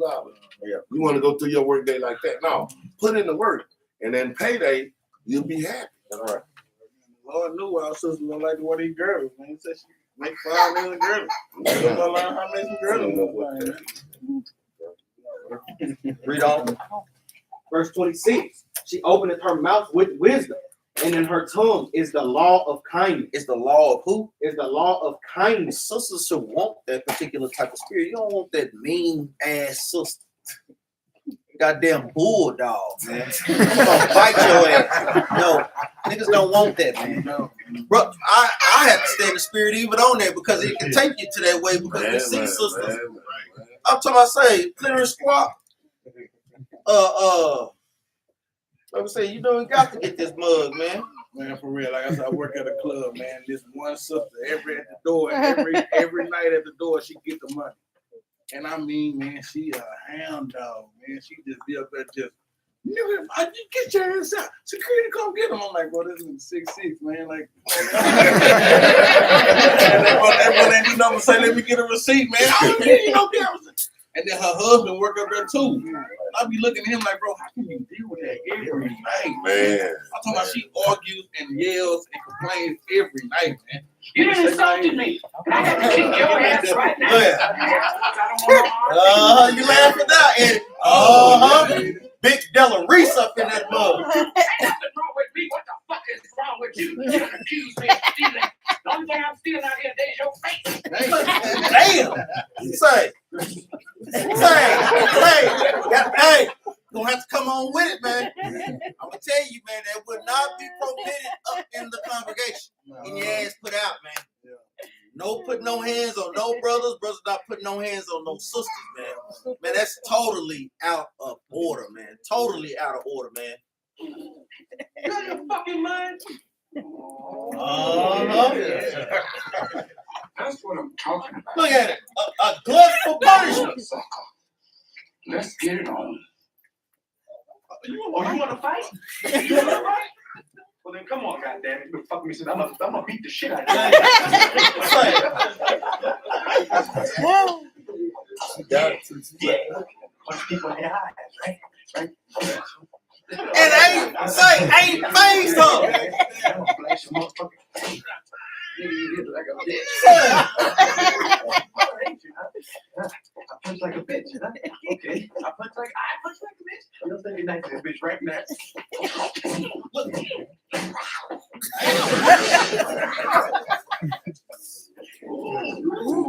You're gonna have to learn to respect me.